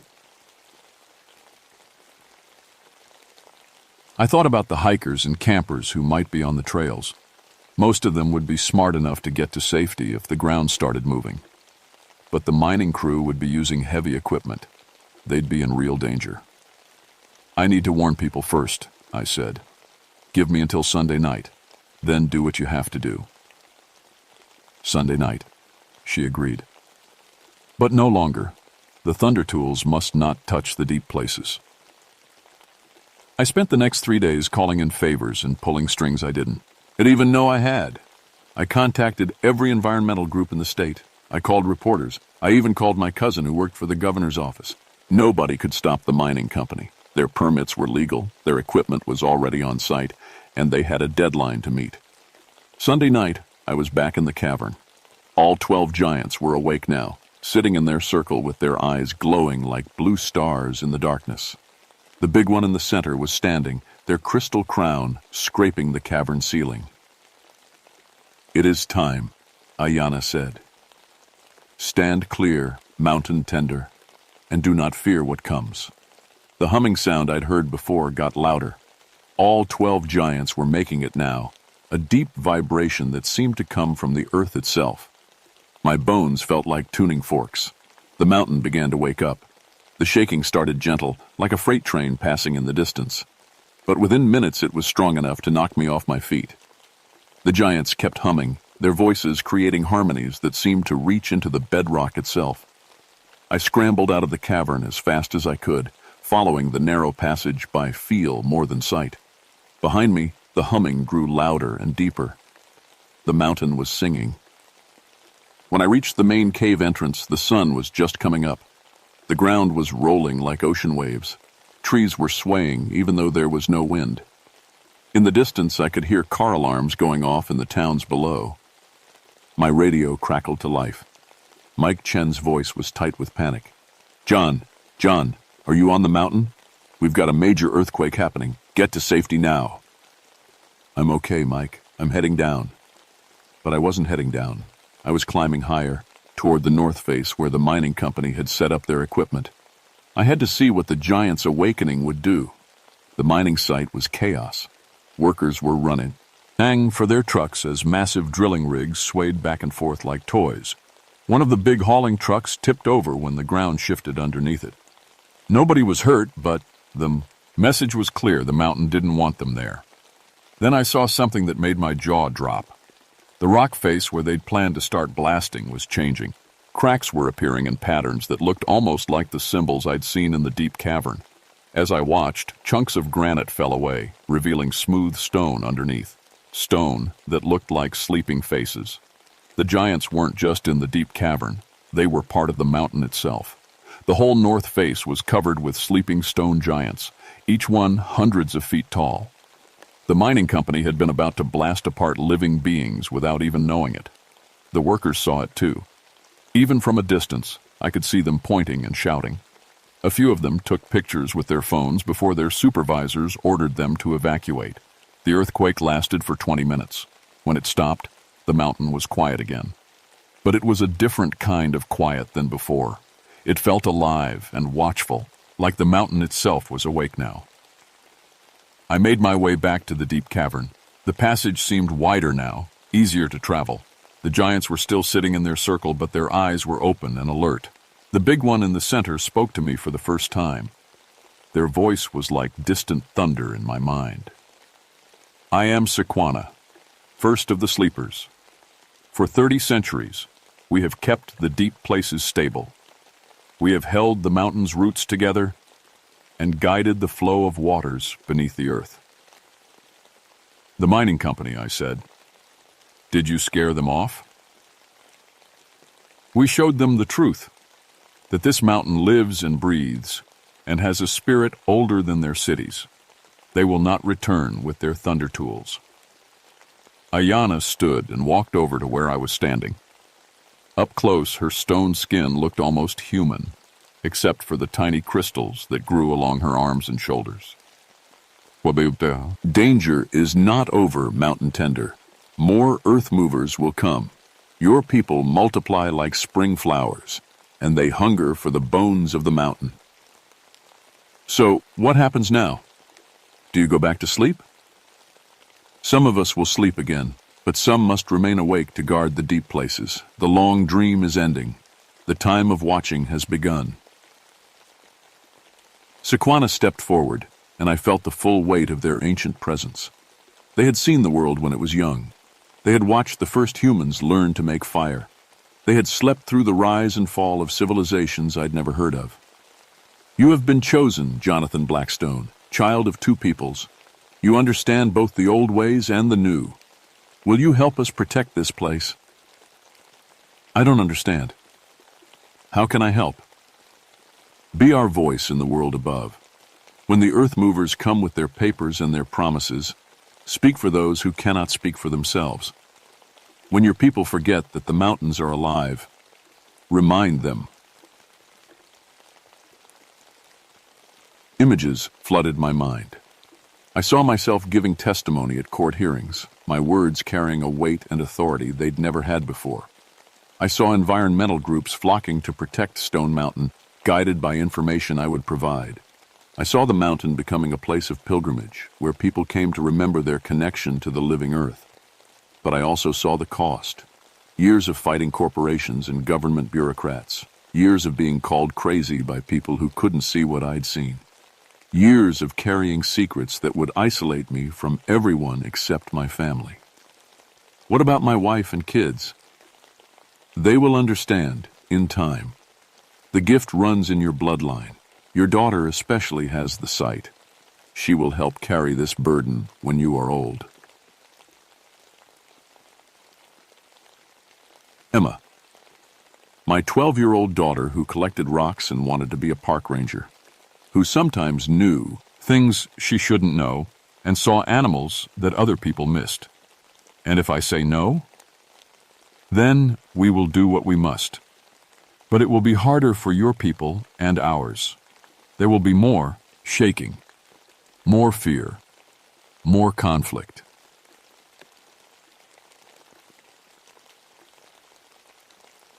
I thought about everything I'd seen. The sleeping giants in their circle of stone. The mountain faces that were actually ancient beings. The delicate balance that had kept this place stable for thousands of years. I'll do it, I said. Sequana nodded slowly, and I felt something change inside me. A connection to the mountain that hadn't been there before. I could sense the underground rivers flowing through hidden channels. I could feel the slow pulse of the earth's heartbeat. I could hear the whispered conversations of stones. Then sleep now, most of us. Dream the deep dreams and hold the mountain steady. Ayana will remain awake to guide and teach. And you, Mountain Tender, will be our bridge between the world that sleeps and the world that has forgotten how to dream. One by one, the giants lay back down in their circle. Their breathing slowed, their eyes closed. Within minutes, most of them looked like stone formations again. But Ayana remained sitting, her blue eyes watching me with ancient kindness. Come when you need guidance, she said. The path between worlds is always open to you now. That was 6 months ago. The mining company never came back. They claimed their equipment malfunctioned and their geological surveys were wrong. The insurance company blamed the earthquake damage on acts of God. The federal government declared Stone Mountain a protected geological site after I submitted my report about unprecedented seismic instability. I didn't mention the giants, but I included enough technical data to make it clear that any excavation would be dangerous. Mike Chen got promoted to regional supervisor. He put me in charge of the entire Stone Mountain area, with a budget big enough to hire 2 assistant rangers and fund a proper research station. I've been back to the deep cavern dozens of times. Ayanna is always there, sometimes sleeping, sometimes awake and ready to talk. She's teaching me about the old ways, about how to read the mountain's moods and understand what the earth is trying to say. Emma comes with me sometimes. She can see Ayanna too, though she's not ready to go into the deep cavern yet. For now, she helps me monitor the seismometers and catalog the strange rock formations that keep appearing around the mountain. Sarah thinks I've changed. She's right. I'm more serious now, more focused on my work. But I'm also more at peace than I've ever been. I know my purpose. I know why I'm here.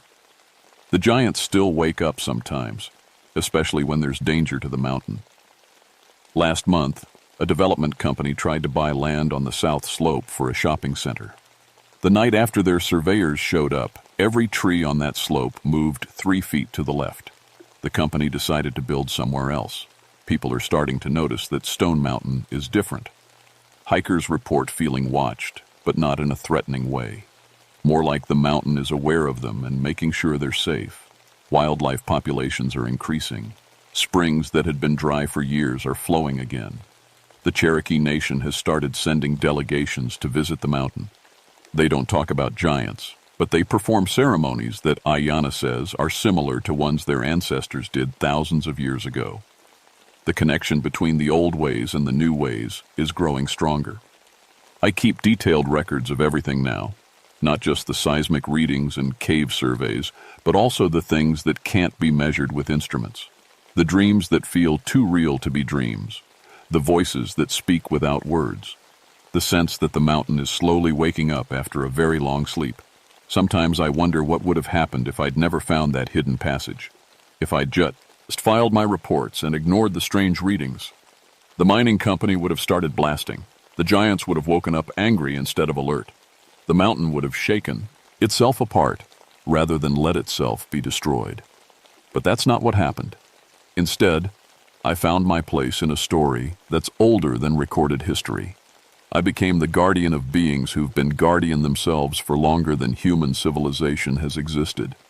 At night, when I'm alone in my cabin, I can feel them down there in the deep places, most of them sleeping but some awake and watching, keeping the mountain stable, guiding the flow of underground rivers, maintaining the delicate balance that keeps this whole ecosystem alive. And I sleep better knowing they're there. Knowing that some things in this world are older and wiser than human ambition, knowing that the mountains really are alive, and that they have guardians who will never stop protecting them. Emma asked me yesterday if she'll be a park ranger like me when she grows up. Maybe, I told her. Or maybe you'll be something even more important. She smiled like she already knew what I meant. The mountains keep their secrets well, but not from those who are chosen to guard them. And the sleepers of Stone Mountain dream on, one eye always open, watching over the world they helped create.